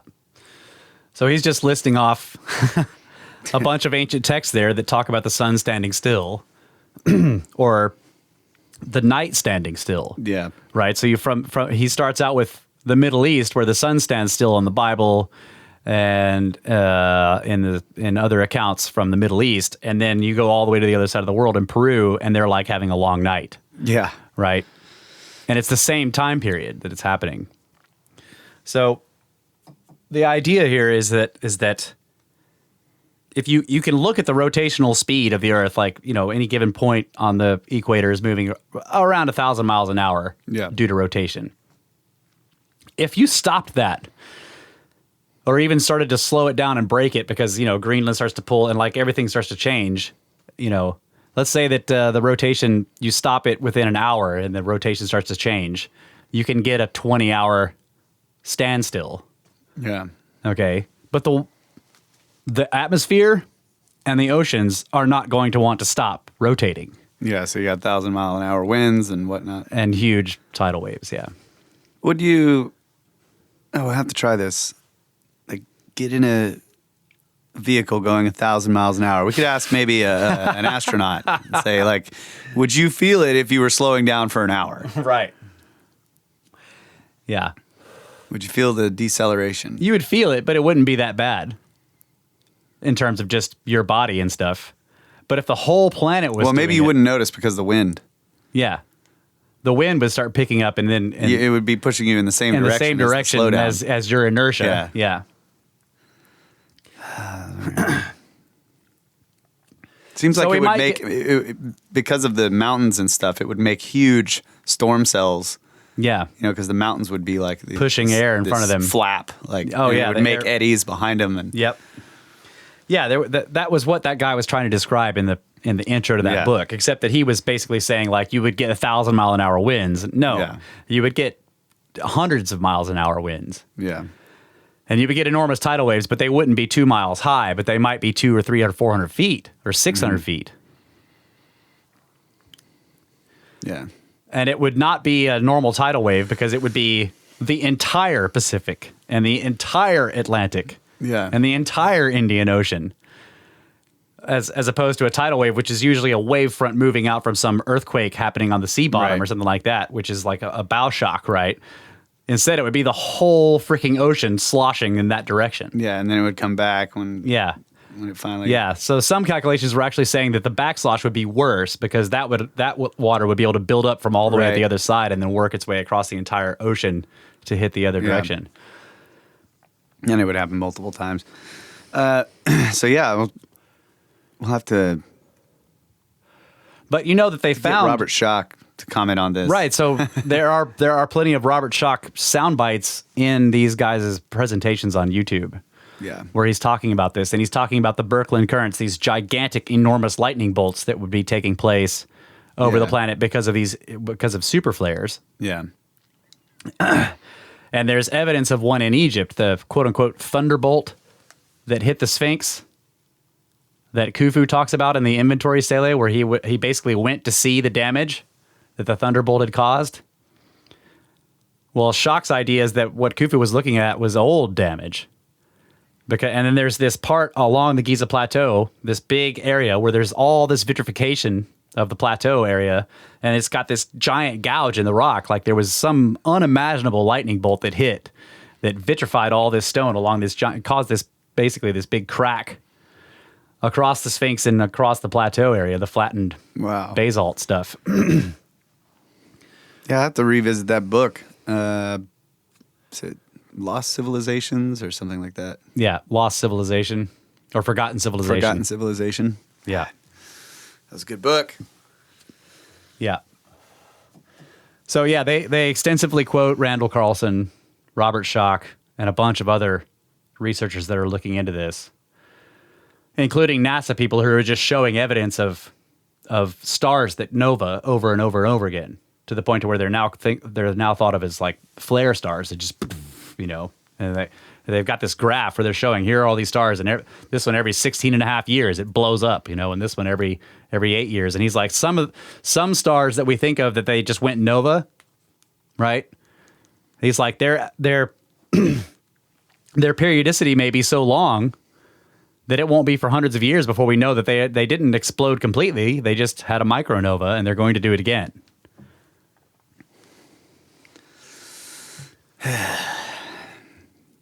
Nothing we can do about that. Yeah. So all of our asteroid pushing technology will be useless. Yeah. Yeah. So we need to build giant sunglasses for the planet. Yeah. Yeah, we need a space shield. Yeah. That's what our geo sunblock. Yeah. That's what our geomagnetic field is, but a super flare would. So they also show how in the Carrington event that CME pushed the Earth's geomagnetic field like so down close to the surface, which is why you had all this electrical phenomena happening in telegraph wires. The Victorian internet went down. Yeah.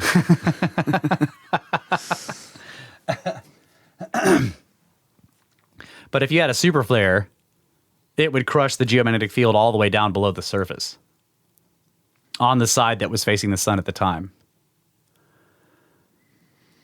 And then you end up with vitrification, you end up with massive UV, you have, and then if it does affect that low velocity zone in the way that they're talking about, and it can disconnect, even partially, if it can disconnect the crust from the upper mantle. Yeah. But this explains why this explains why solar activity can cause earthquakes. Yeah, because it might be actually disconnecting some of it. Yeah. Your eyes are burning. We need to air this place out, folks.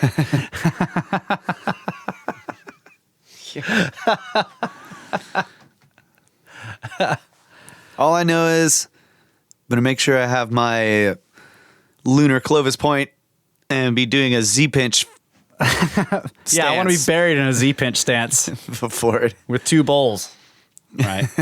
A bowl on either side full of lunar Clovis points. Yeah, with the Sumerian cuneiform texts on them. Yeah. So, I guess in closing with this from the Suspicious Observers, they have great material. It's a little doom porny, right? You can hear the music in the background. Oh, right? You can hear it during that soundbite. Yeah. They have, it's just, it's extremely well produced and well thought out and supported doom porn, basically, is what it is.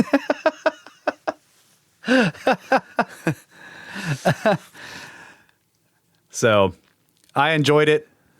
Maybe I can get the guy on maybe I can get the guy on the podcast someday to talk to us. That would be cool. Heck yeah. He does do presentations and he's gone on other podcasts before, so it'd be fun. It's definitely cool stuff. Yeah. Yeah. Yep. But I would say there's that chart that shows the warming and cooling data from the ice cores. It goes way back. Yeah. Way back. Yeah. And there's these massive fluctuations. Like now we have sort of a 2-degree fluctuation every so often. Right. 2 to 4 degrees. Yeah. Yeah. With an occasional spike at 4 degrees, one way or the other. Yeah. But when you get to the Younger Dryas, it's like these huge spikes. And then previous to the Younger Dryas, there's a whole different... Yeah, there's a whole different regime of climate shifts. Those climate shifts that are very regular. Yeah. And they're massive. Yeah. So if you could relate those to the solar activity,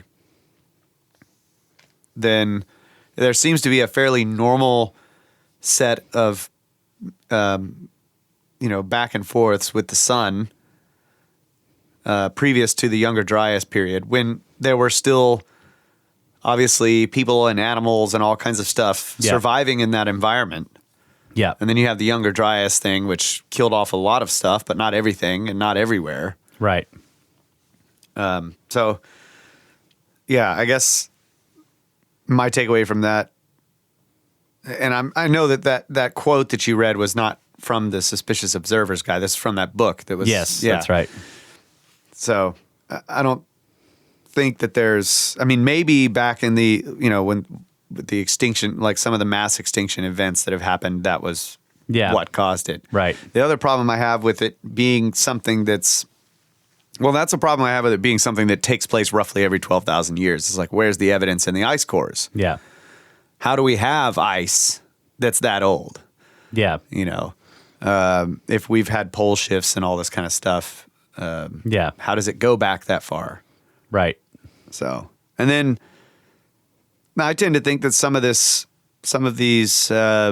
monuments that are left behind are perhaps older, like the Sphinx, for example, that might be older than 12,000 years ago, might be or antediluvian, so to speak.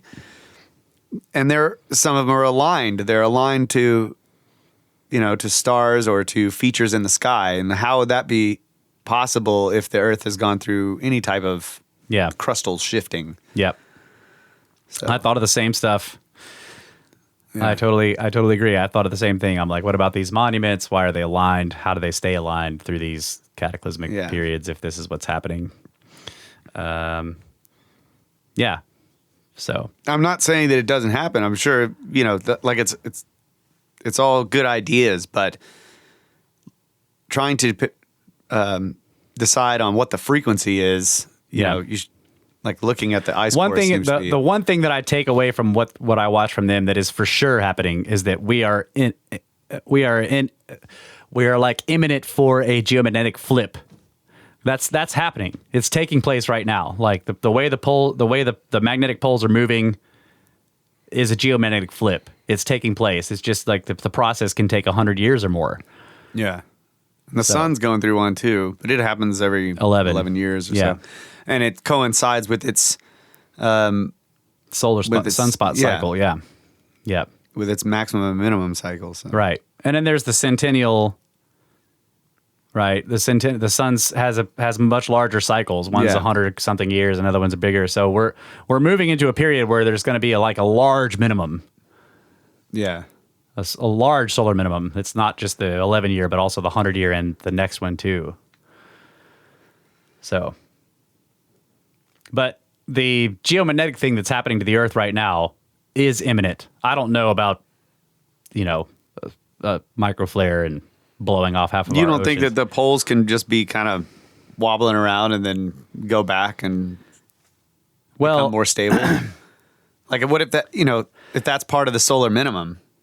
I mean, maybe it would, we should look at. Well, the problem is minimum. the problem right now is the geomagnetic field strength because of the wobbles, because of the movement of the poles, because they become unanchored from where they normally are. They're supposed to move around a little bit. They're going to because you've got this rotating ball in there that's surrounded by a bunch of liquid. Supposedly, you got the solid core, surrounded by the molten core, and that's a dynamo. And so its poles are going to wobble. Yeah. But they've become totally unanchored from whatever is going on down there somehow. Something is happening.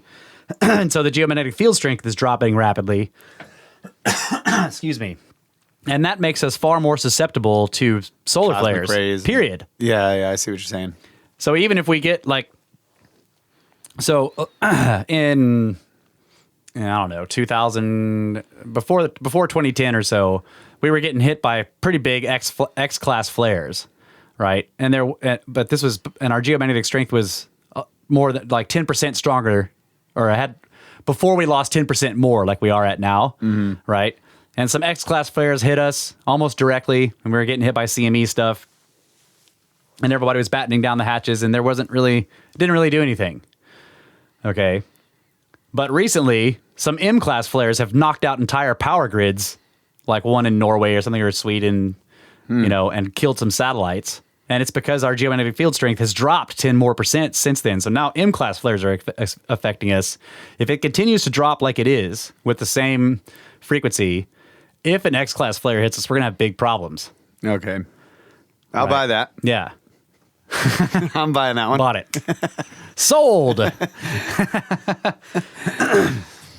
So yeah, the longer cycles they talk about, I don't know. The micronoving is interesting. I agree that he lists off a ton of papers that show other sun-like stars with very slow rotations that do micronovas on a regular basis. Yeah. Okay, so and it can super happen. flaring. Right. Yeah. So our star is not. There's no reason to think that our star won't or couldn't. So I don't know. It's interesting. It is. It's also interesting that there's. I don't want to get too political here, but there's this enormous push to look inwards for all causes of climate problems. Yeah. Don't look at the sun. I was thinking the same Don't thing, look at the sun. and I wasn't saying Don't look at anything. the sun. Don't look at the sun. Don't look at the sun is what is going on all the time with climate science, right? Yeah, so this is part of a sort of conspiracy, like the CIA bans this book, Yes. and then there's this whole push to Yeah. government-funded push to say only look Just at... look inward. Yeah. Meanwhile, they're digging enormous underground complexes all over the place. They do go into that in some too. They show all over the world, there's enormous underground complexes that are thousands of years old, if not tens of thousands of years old. Yeah. Nobody really knows how old some of them are, and they're enormous and massive. Yeah. And they connect to each other deep underground, and they follow underground waterways and all this stuff. And we know this that this is at least the case in many places in South America and in Anatolia, modern day Turkey, right? And there's all over the world, really. There are these underground complexes. Malta has the hypogeums, all that stuff, right? And then people living in caves, the quote unquote caveman that comes out of what? The last ice age. They're in caves underground for a reason.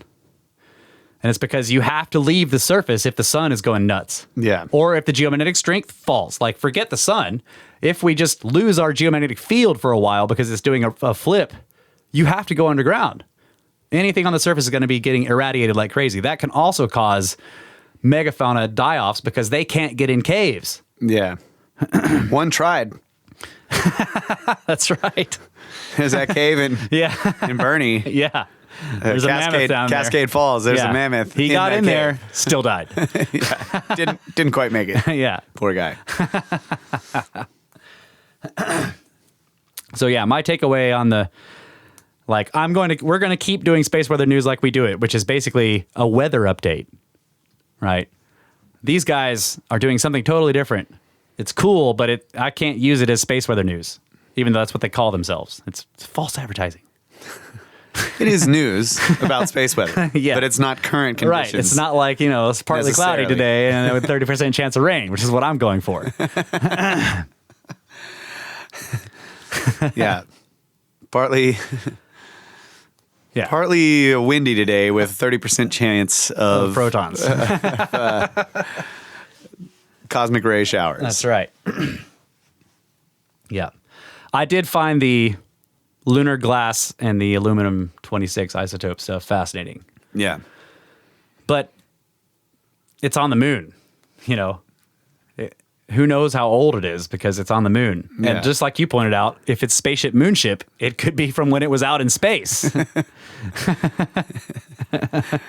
I never even thought of that.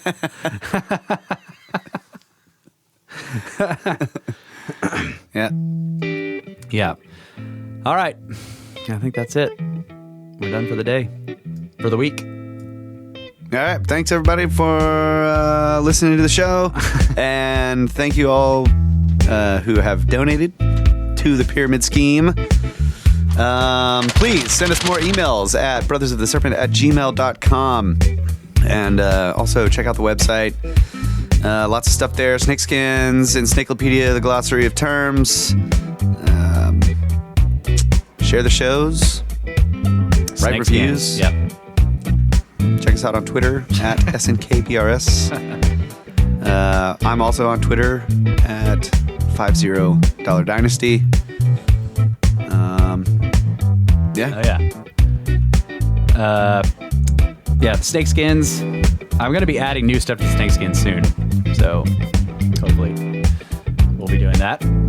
But still, new yeah. graphics. Just new stuff besides the logo that they can get. Yeah. You know, straight to pyramids shirt, I think would be cool. Yeah. Just have the pyramids and it says straight to pyramids. Just real simple. People will ask, what is that? This is where you go as soon as you can.